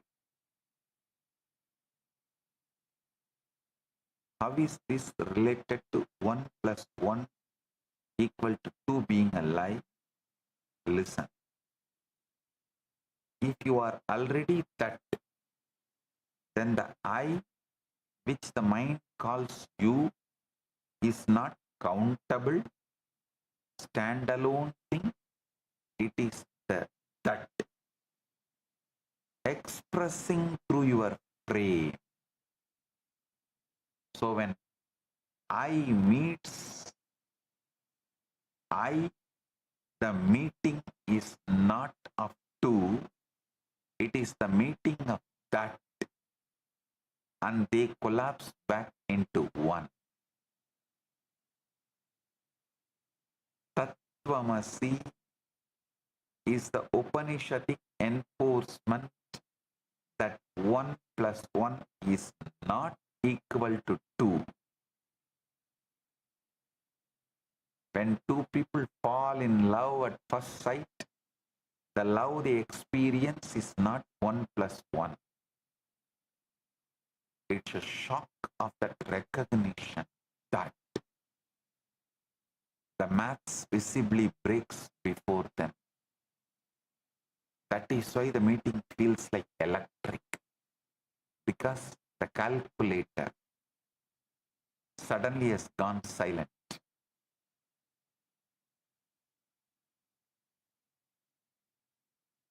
Now let me tell you what number really is. Number is a property of reality. Realities do not have numbers. A galaxy does not say, I am galaxy number 1 or I am galaxy number 1265. A wave does not say, I am a wave number 4 billion wave. No.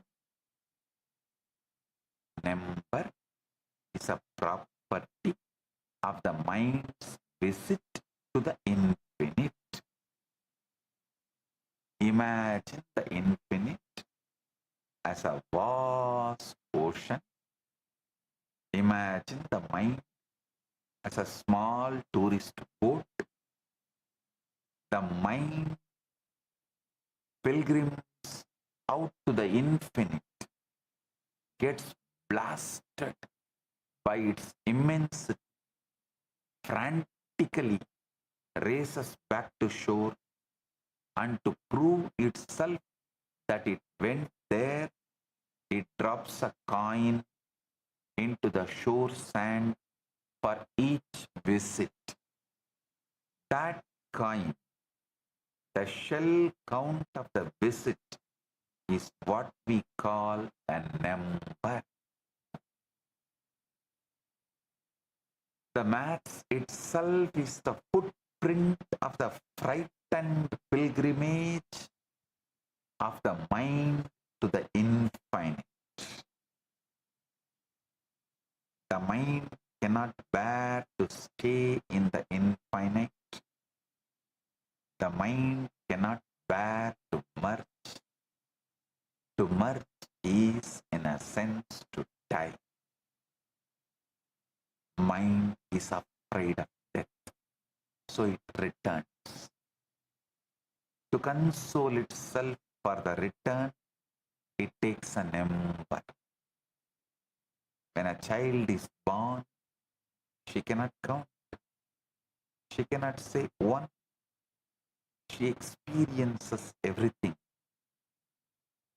The mother's face, the ceiling fan, the falling dust, the faraway bell, all as one undifferentiated event. As she grows, her memory crystallizes. Pieces of experience get sticky. The sticky pieces she calls thing 1, thing 2. She is in school, proudly writing 1 plus 1 equal to 2. What has happened? The child has lost her direct perception of the 1. She has installed the numbering machine to the brain between herself and reality. Now, the infinite is filtered, sorted, numbered, posted at her as the counted parcel. Number is the mind's way of paying rent to forget the infinite. When the mind forgets its infinite nature, it resolves its debt by counting. I am 1, I am 2, I am 3, I am many. This counting is the rent it pays for the privilege of forgetting. The conscious being stops paying rent. He sees only 1. He does not need to count.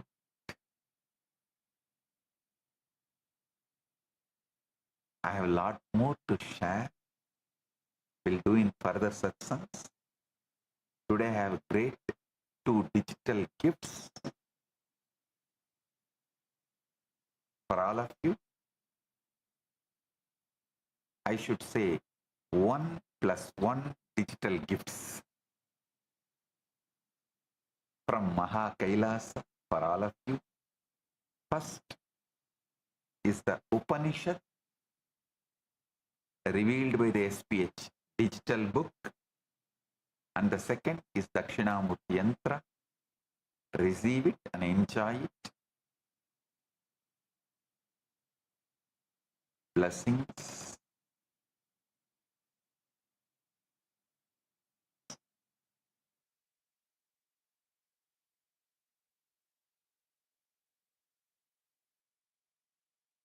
Blessings. Be blissful.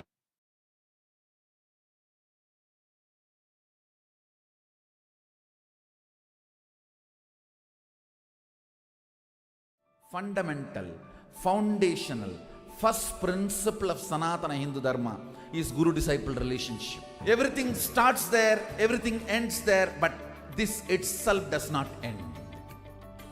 Guru Purnima Day is such an auspicious day. Whatever incompletion, impossibility, no patterns you carry, drop all that today. Offer all that to me, I'll burn them away. And take up the possibility as a lifestyle. Become part of the Sangha. Live Advaita.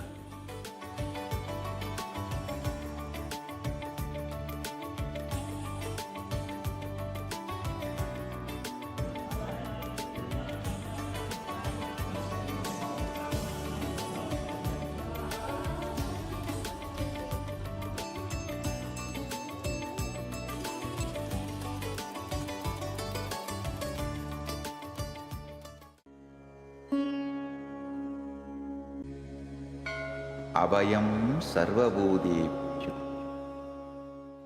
Paramashiva's great gift to humanity. It's a grand civilizational project for humanity.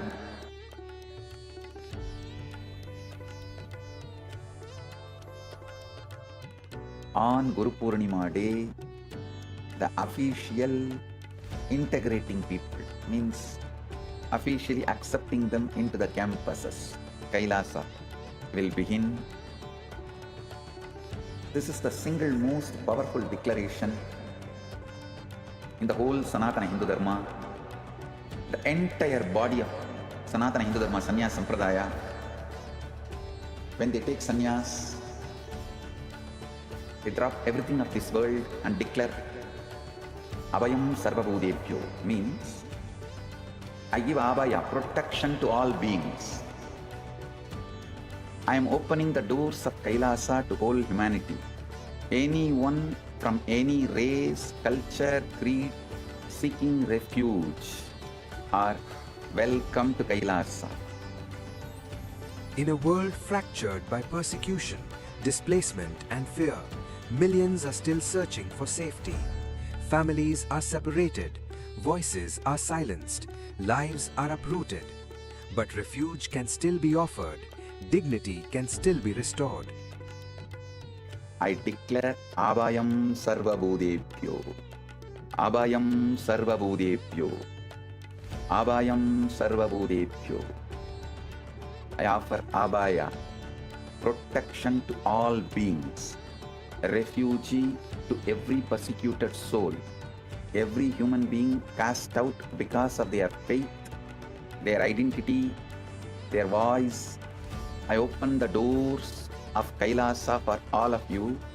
You only need the courage to seek refuge and KAILASA will answer. Come, the doors are open, you are seen, you are protected. Welcome home, you are home. Understand, I can see clearly, Paramashiva made it happen. Paramashiva has made it happen. Join this sacred humanitarian mission. Sign up now and help build refuge for those who need it most. What if I told you there's an AI that was trained on knowledge that is thousands of years old? Not scraped from the internet, not generated by another AI, but real, ancient human wisdom, digitized for the very first time. We're talking about 20 million source texts, 2 petabytes of curated knowledge, over 60,000 people who helped make it happen.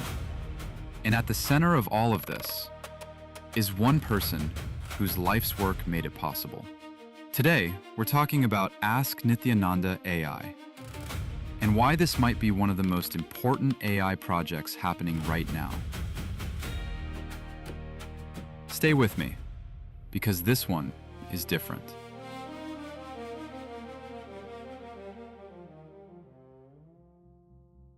Let's start with a problem that most people don't know about. The biggest AI companies in the world, OpenAI, Google, Meta, they're all hitting a wall. The industry actually calls it the data wall. They've basically run out of good, fresh, high-quality text on the internet. And nobody knows where the next source of real knowledge is going to come from. That's where Ask Nithyananda AI comes in.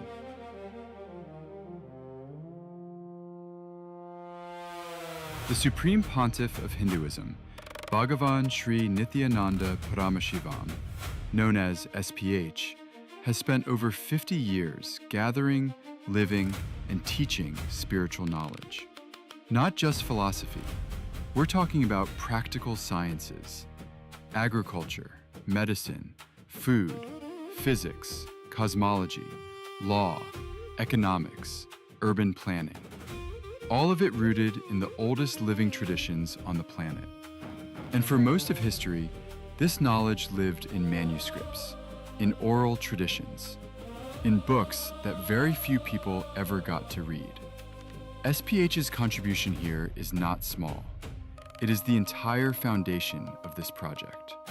His teachings, over 200,000 hours of recorded discourses, his books, his courses, his spiritual programs delivered across the world, the knowledge he received through his guru lineage and his own realizations. All of this became the backbone of what Ask Nithyananda AI is today. Without SPH, there is no Nithyananda AI. Simple as that. Now here's what makes the scale of this hard to fully wrap your head around. Over 60,000 contributors worked together to collect ancient sources. They preserved manuscripts. They digitized scriptures. They organized traditional sciences into searchable knowledge repositories. The result? 20 million digitized source texts, 2 petabytes of proprietary knowledge, 121 specialized AIs, all working together inside one system. This is not a chatbot built over a weekend. This is a civilizational scale preservation project. Think of it like building a national library, except the library also answers your questions in real time. Now let's talk about what actually makes this AI different from everything else out there. Most AI systems are built around one goal. Answer the question, complete the task, move on. Ask Nithyananda AI is built differently. It runs on an AI constitution, and that constitution is based on the Hindu concept of Dharma. Dharma, at its core, means living in a way that is ethical, truthful, and life positive. And the entire AI is designed around that principle. It also covers the 4 aims of human life from Hindu philosophy: your material well-being, your relationships and joy, your search for meaning, all kept in balance. A 2024 study from Emory University looked at what happens when you train an AI on religious texts. The result?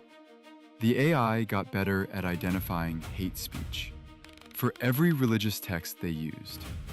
But when they trained on the Vedas specifically, the improvement was the biggest of all, around 14%. That's real research saying grounding an AI in ancient wisdom makes it more fair, more responsible, not less. Now let's talk about value, because the numbers here are striking. Leading AI systems, ChatGPT, Claude, Gemini, Grok, Perplexity, were all independently asked to assess Ask Nithyananda AI. They looked at architecture, knowledge assets, societal impact, and future potential. The commercial valuation came in between $20 million and $500 million. The total social and economic value, between $3.2 billion and $11.5 billion. The heritage asset value of the 20 million texts alone, approximately $3.3 billion. And the value delivered to each active user, between $5,300 and $20,000 per year. These are not marketing numbers. These came from independent AI assessments. So what can you actually do with Ask Nithyananda AI?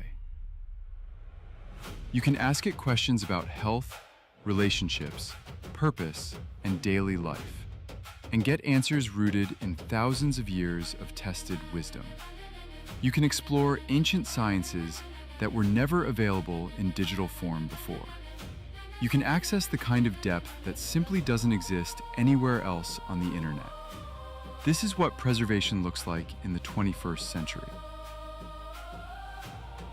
We are living in a moment where ancient knowledge could disappear forever. Or it could be saved and made more accessible than ever before. Ask Nithyananda AI is choosing the second path, and SPH's lifetime of work is the reason any of this is even possible. Want to try it yourself? Just visit ask.nithyananda.ai or scan the QR code on your screen right now.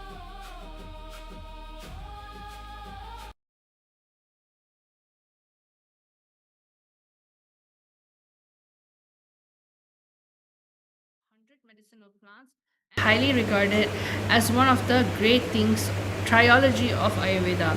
The Shushruta Samhita documented the etiology or more than 1,000 diseases, the use of 100 medicinal plants, and instructions for performing a course of surgical procedures. Then Shushruta even mentioned that much of what he practiced was directly revealed by Dhanvantari, the Hindu god of Ayurveda and medicine. Now we're going to be listening to the Atma Pramana. Atma Pramana are basically the Supreme Pontiff of Hinduism's personal experience.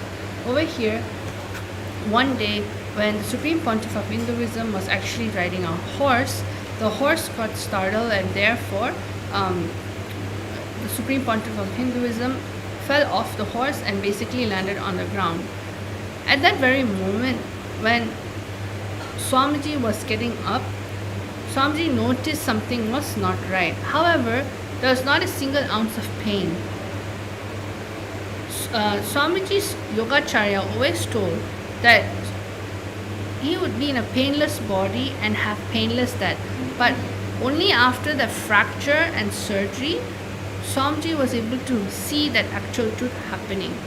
During that time, Swamiji actually suffered a type 1 compound fracture in his arm, in which caused two parts of his bone to actually break, means compound fracture.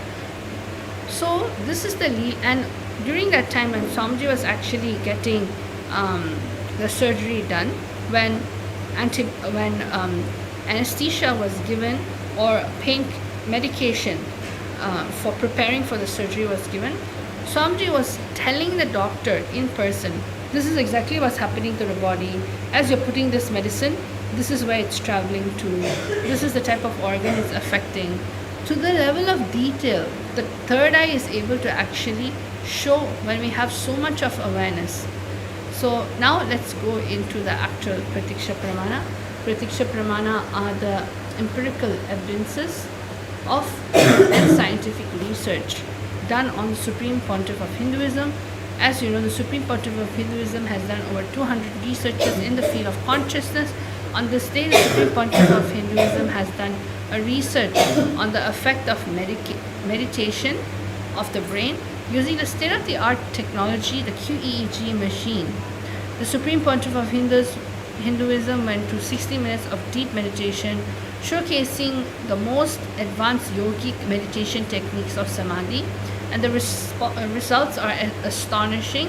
When doing daily activities, there was recorded of highly active activity measured in the brain where the third eye is located, which is then when in Swamiji was in deep Samadhi, only the third eye region is active and almost 90% of the rest of the brain is at peace.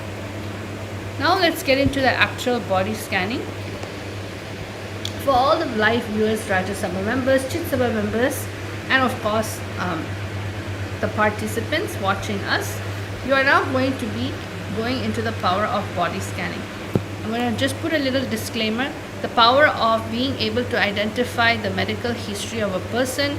You're going to be connecting and require your partner's consent if they are comfortable, and if they are not, please refrain, and if they are, go on for this power manifestation. So how do you manifest this power? What does it actually take to manifest this power? It is extremely simple. In Kailasa, you just receive a single initiation from the Supreme Pontiff of Hinduism himself. When you receive initiation, your whole system is just ready to ooze out, to manifest powers. There is no such thing as qualification. It is not that you're not yet doing it, so therefore you have to practice something. It is a just simple feeling connection with the Supreme Pontiff of Hinduism, direct divine. So now you're going to get a partner, for example, Ma Virija. Ma Virija is someone that I have not shared my medical history. She doesn't really know what actually is happening to me. Of course, if I'm wearing, let's say, glasses and I have eye power and it's something obvious, she's not going to scan and tell me I have eye power. You're going to sit with someone who you don't know at least past 5 years of medical history. Means other than what's happening and it's something obvious that is there on the actual physical body, you should be using your third eye to go in deeper.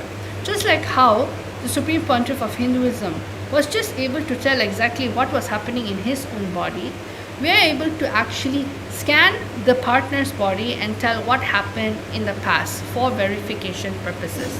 So now, sit with a person who you preferably at that moment don't know your medical history, minimum 5 years. Sit with your head, neck and spine in a straight line. Why do we do this? This posture allows the Kundalini Shakti, which is located at the root of the spine, to actually raise up to the third eye and of course the Sahasrara chakra. When you have your spine straight, you allow Paramashiva to just land. Then you're going to sit as Paramashiva. Why sitting as Paramashiva is needed? Because only Paramashiva manifests. Only Paramashiva is doing everything. Only Swamiji as Paramashiva is manifesting through you. So when you have your posture upright and sit, understanding that you are Paramashiva, simply manifestation happens. Then you're going to remember Swamiji in your third eye and Anandagandha. This is one of the very important regions in the power manifestation. Third eye, bringing Swamiji in your third eye is evoking the presence of Swamiji. In the Anandagandha is actually the spiritual umbilical cord connection directly with Swamiji. So this is where the true awareness has to happen. Then next, we're going to declare a powerful cognition. Why do we do a powerful cognition? Because all the power manifestation in which we are doing comes from the Veda Agamas, specifically the Jnana Pada of the Veda Agamas. Means only with the powerful cognition, powers are able to unlock itself and manifest. You are Paramashiva, that is the powerful cognition. Only when you decide I am Paramashiva, Paramashiva just decides to manifest. Next, chant the password Om Nithyananda Paramashivam. This is the most ultimate powerful Mahavakya in which is revealed and initiated directly by the Supreme Pontiff of Hinduism himself. Just by chanting this japa, just by chanting this Mahavakya, instantly puts you in the space of oneness. So let's chant Recording 3 stopped. times. Om Nithyananda Paramashivoham.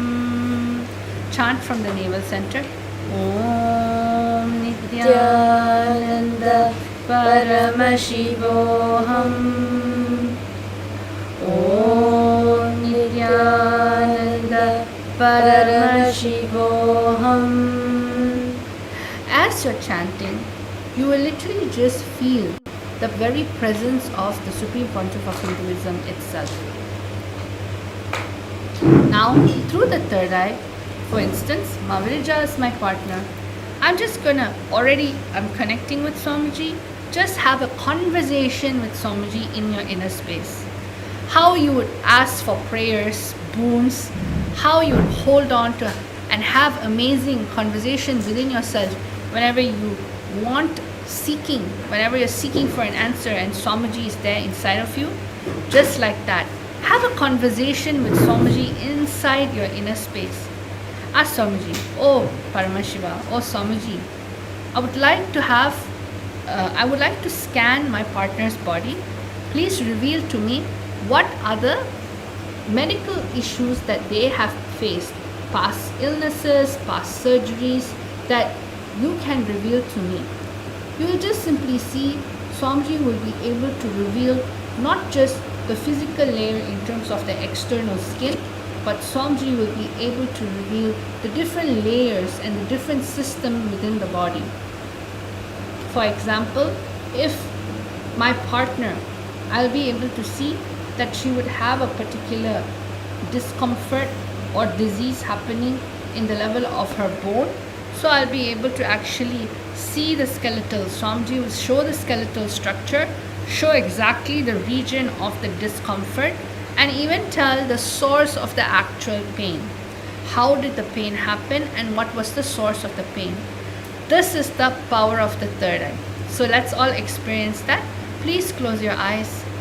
Have a conversation with the Supreme Pontiff of Hinduism, Swamiji, within your inner space, and just see what is already being shown.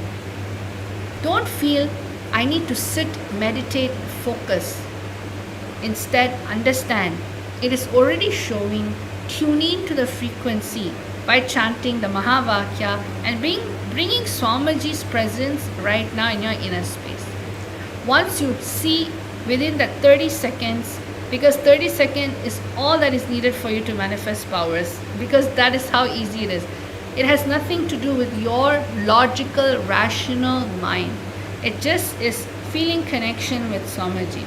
So let's start penning down whatever the third eye is showing within this 30 seconds to 1 minute. And also because all the viewers and all the Rajasthan members, Chitsa members, those of you who's watching us live right now, right?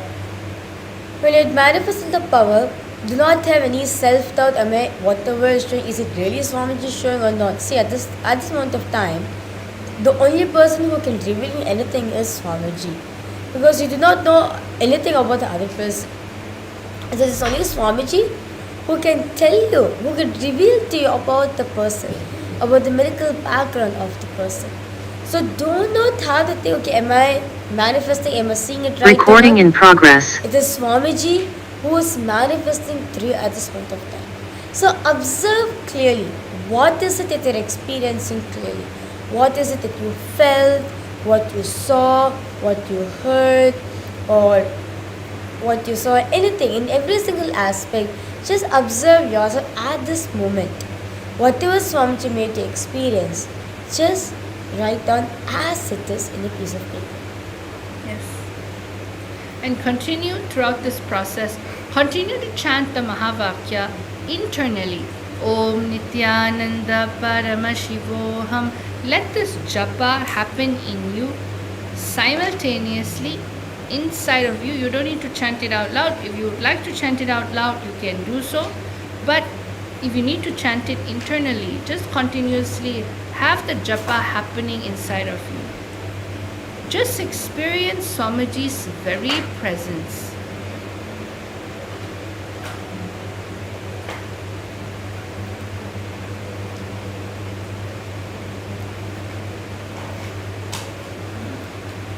Just chant the Mahavakya intensely. Om Nithyananda Paramashivoham. Om Nithyananda Paramashivoham. Om Nithyananda Paramashivoham. Drop any self-doubt, hesitance, incompleteness arising at this point of time. Just keep it aside. That's your memory. That's your memory which is rising up. Just witness it. Connect the chant the Mahavakya. Connect the Swamiji intensely. You'll see Swamiji will reveal the answers to you very clearly. In a way which you can understand. All you need to do is you just bring that awareness into you. Swamiji, the Supreme Pontiff of Hinduism, is always showing for all of us. So what we need to do from our side, just tune in ourselves into the space of oneness. Just bring that witnessing consciousness in you. And by any chance, if any of the viewers, Rajya Sabha member, Chit Sabha member, is actually doing this power manifestation and you are from the medical field or scientific field, just experience how the innate intelligence of the body starts revealing itself to you. It is actually the intelligence that's revealing itself to you, just like how in the Apta Pramanas. But the Rishi Shushruta actually got all this information directly from the god, Hindu god Dhanvantari itself. Now you'll just simply see how all the revelation that you want to know, learn, directly comes from none other than the Supreme Pontiff of Hinduism, Swamiji. So if you are in the medical field, you'll just see how just by connecting to Swamiji, you'll be able to see the depths of what is actually there. Nowadays, there are many unknown diseases happening in the world today where despite a lot of allopathy or despite a lot of medical intervention, it can only be handled in the level of the emergency layer, which is great. However, Sanatana Hindu Dharma is so unique the Supreme Pontiff of Hinduism, is reviving by the body scanning in terms of living biology. Many times, a lot of the medical information we have, like what the Supreme Pontiff of Hinduism has revealed in earlier satsang, is that it is mainly based on the dead, means studying organs which has already is dead. So basically, this is the biology of dead. However, body scanning is all about studying live organs, means living organs, living biology. So when power manifestation happens, you can study the body as it's breathing and living right now. What is its possibility as it's living and breathing? You don't need to wait for the body to actually stop working, and then based on that dissecting and finding out what is actually there in the body. However, you are able to actually see what is happening to the body, and as its progress gets updated, upgraded, you will just simply see how the information of the third eye will associate itself with that. So if you're a doctor who's working on surgical level procedures, or a doctor who does a lot of intervention in terms of surgery, you'll just simply see how the intricacy of the third eye, what it reveals, actually comes to you in complete detail. So everybody, it's time for you to write your answers. So all of you, please start writing down your answer. Anything in which Swamiji has revealed to you for this past, I think 1 minute 30 seconds. This is more than enough time for you to actually do 3 things. First, where is the location of the actual issue? Swamiji would have shown you from head to toe, where is the actual location in which is getting highlighted. For instance, the head, the upper body, the chest, lower body, and then you have the legs. Exactly in which location is it getting highlighted? That's the first parameter. Write your answer down. Then the second parameter that we are going to be answering and looking into is, what exactly is happening in that area? What is the partner feeling in that area? Are they feeling a sense of pinching? Or what type of discomfort are they feeling? This is important in body scanning because you want to relate to the person. It's not just a body or like a thing, that object that we're scanning. They are literally living right now and they can feel exactly what's wrong in that area. So what is it that is happening in that area? What is this person feeling? Write that down. Then the third thing that we're going to be doing is, what happened in that area? For example, is it a fracture? Is it a fall? Is it a sprain? What happened in that area that made the person experience discomfort? Did the person fall? Did the person accidentally do something?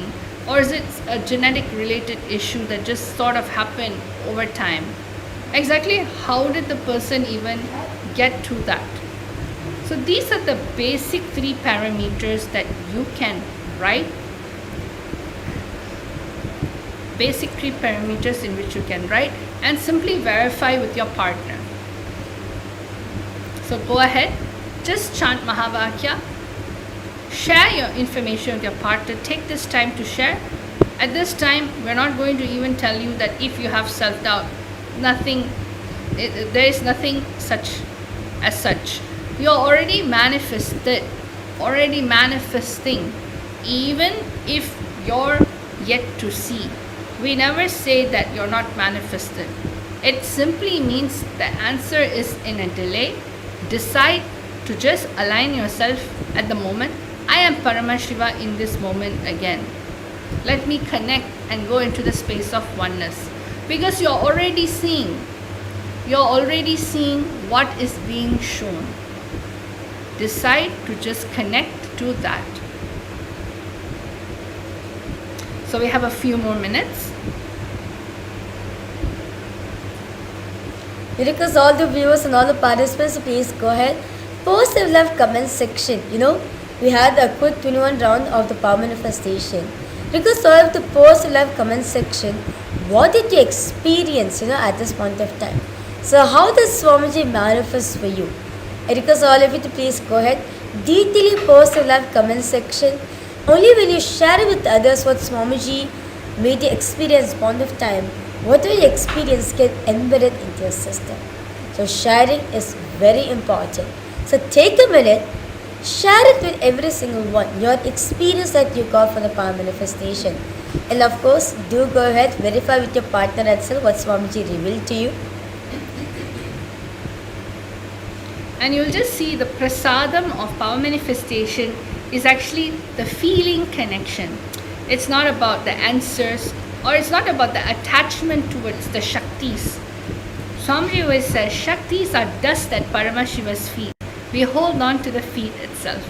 So take this time to strengthen your feeling connection in this Guru Purnima, this auspicious Guru Purnima celebration that we're having.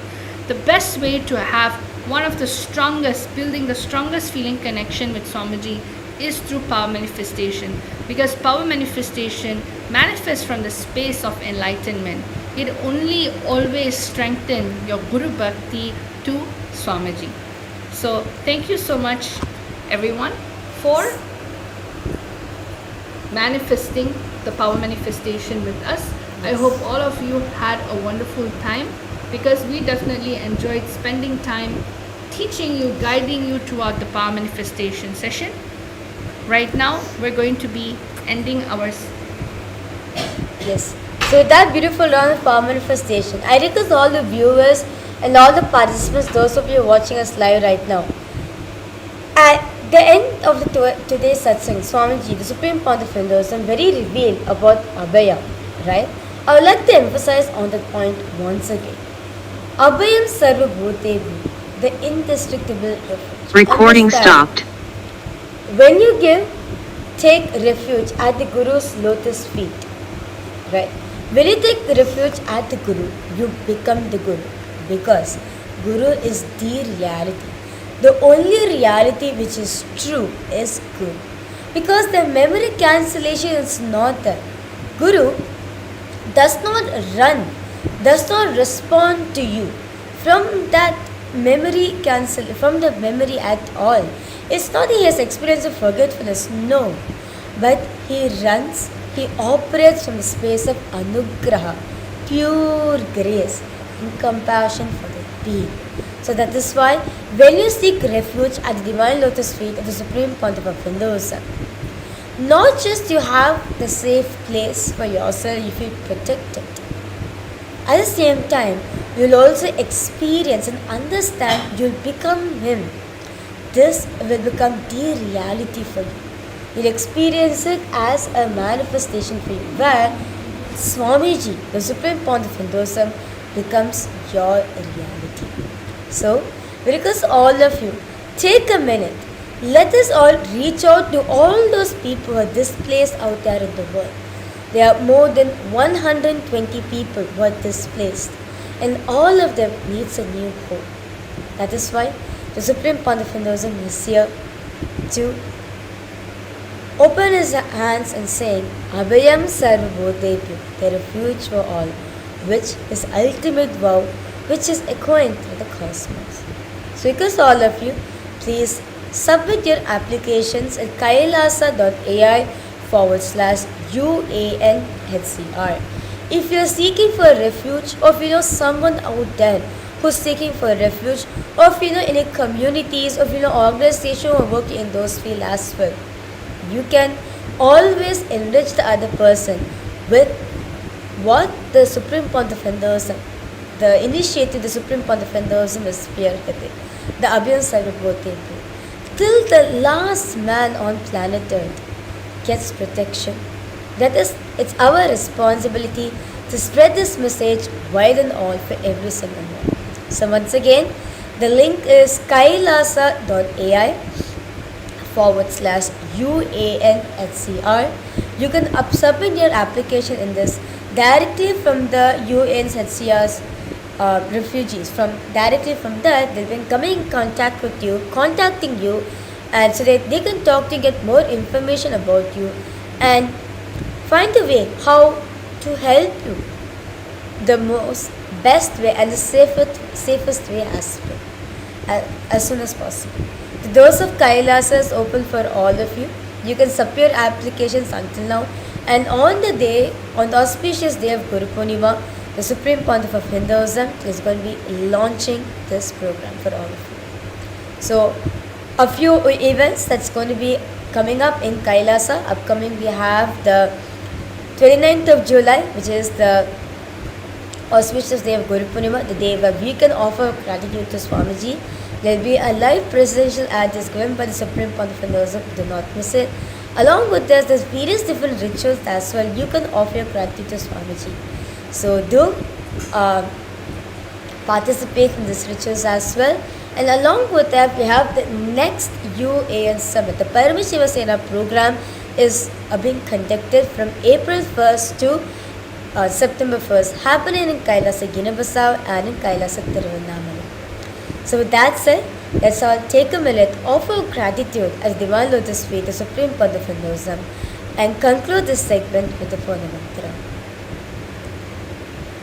Om Purnamadav Purnamidam Purnat Purnamudachyate Purnasya Purnamadaya Purnameva Vashishyate. Om Shanti Shanti Shanti Hari Om Tat Sat Sarvam Bhagavat Shri Nithyananda Paramashiva Padukar Paramastu. Om Nithyanandam. Thank you all, Nithyanandam.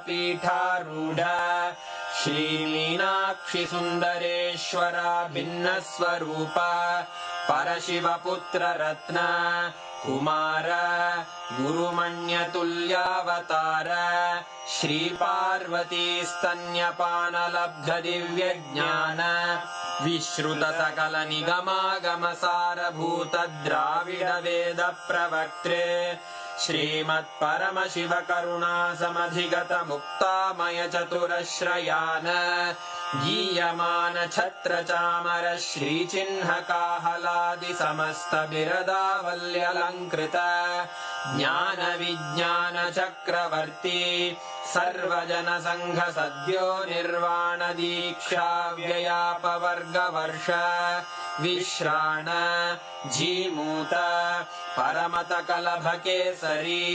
शैवसिद्धान्तस्थापनाचार्य श्रीराजाधिराजपाण्ड्यमहाराजगुरु क्षपणशाक्यादिमहान्धकारनिवारणज्ञानभानु वीक्षणानर्हार्हध्वजोच्छेदनपूर्वक श्रीमद्वृषभध्वजस्थापक शैवसमयकर्त्रे सर्वज्ञपीठारूढ श्रीजगद्गुरु श्रीज्ञानसम्बन्धदेशिकस्वामि वागीशसुन्दरमाणिक्यवाचकस्वामिनाम् अवतारभूत श्रीज्ञानसम्बन्धस्वामि पुनरुद्धृत श्यामलापीठ सर्वज्ञपीठ त्रिणवत्युत्तरद्विशततम गुरुमहासन्निधान अरुणगिरियोगीश्वर परम्परागत अरुणाचल सर्वज्ञपीठ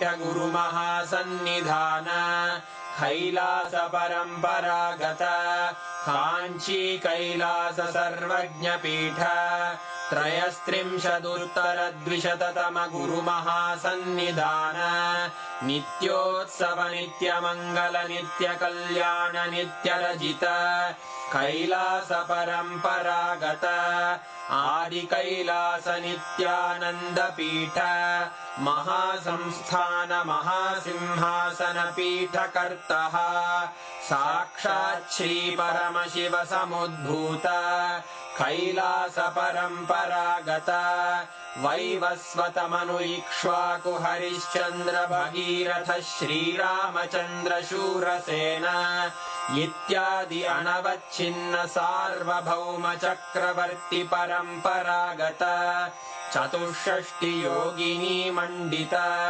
चतुष्षष्टि सम्प्रदाय प्रवर्तक मनुधर्म शासन सूर्यवंश प्राप्त सर्वज्ञपीठ सुराङ्गी साम्राज्य मूर्धाभिषिक्त चूडामणे साक्षात् श्री परमशिव समुद्भूत कपिल महागुरु पुनरुद्धृत महानिर्वाणि पीठ अष्टोत्तर सहस्र श्री महामण्डलेश्वर साक्षात् श्री परमशिव सिंहासनाभिषिक्त समस्त गणनायक श्री महागणपति समारंभ अनवच्छिन्न पीठाधीश्वर गुरु परंपरा प्राप्त अटल पीठ अष्टोत्तर सहस्र श्री अटल पीठाधीश्वर धर्म मुक्ति स्वर्गपुर स्वर्ण पीठ त्रयोविंश गुरु महासन्निधान कैलास परम्परागत आदिपीठ सर्वज्ञ पीठ जगद्गुरो श्री कैलास पुनरुद्धारक श्री कैलास परमाचार्य श्रीमत्परमहंस परिव्राजकाचार्य वर्य सच्चिदानंद प्रणव स्वरूप श्रोत्रिय ब्रह्मनिष्ठ श्रीमज्जगद्गुरु श्रील श्री भगवत् श्री नित्यानंद परमशिव श्री ज्ञान संबंध देशिक परमाचार्य स्वामिन् अत्रागत्य परिपाल्य च अस्मान् विज्ञान वितरणेन विजयी भव जय जय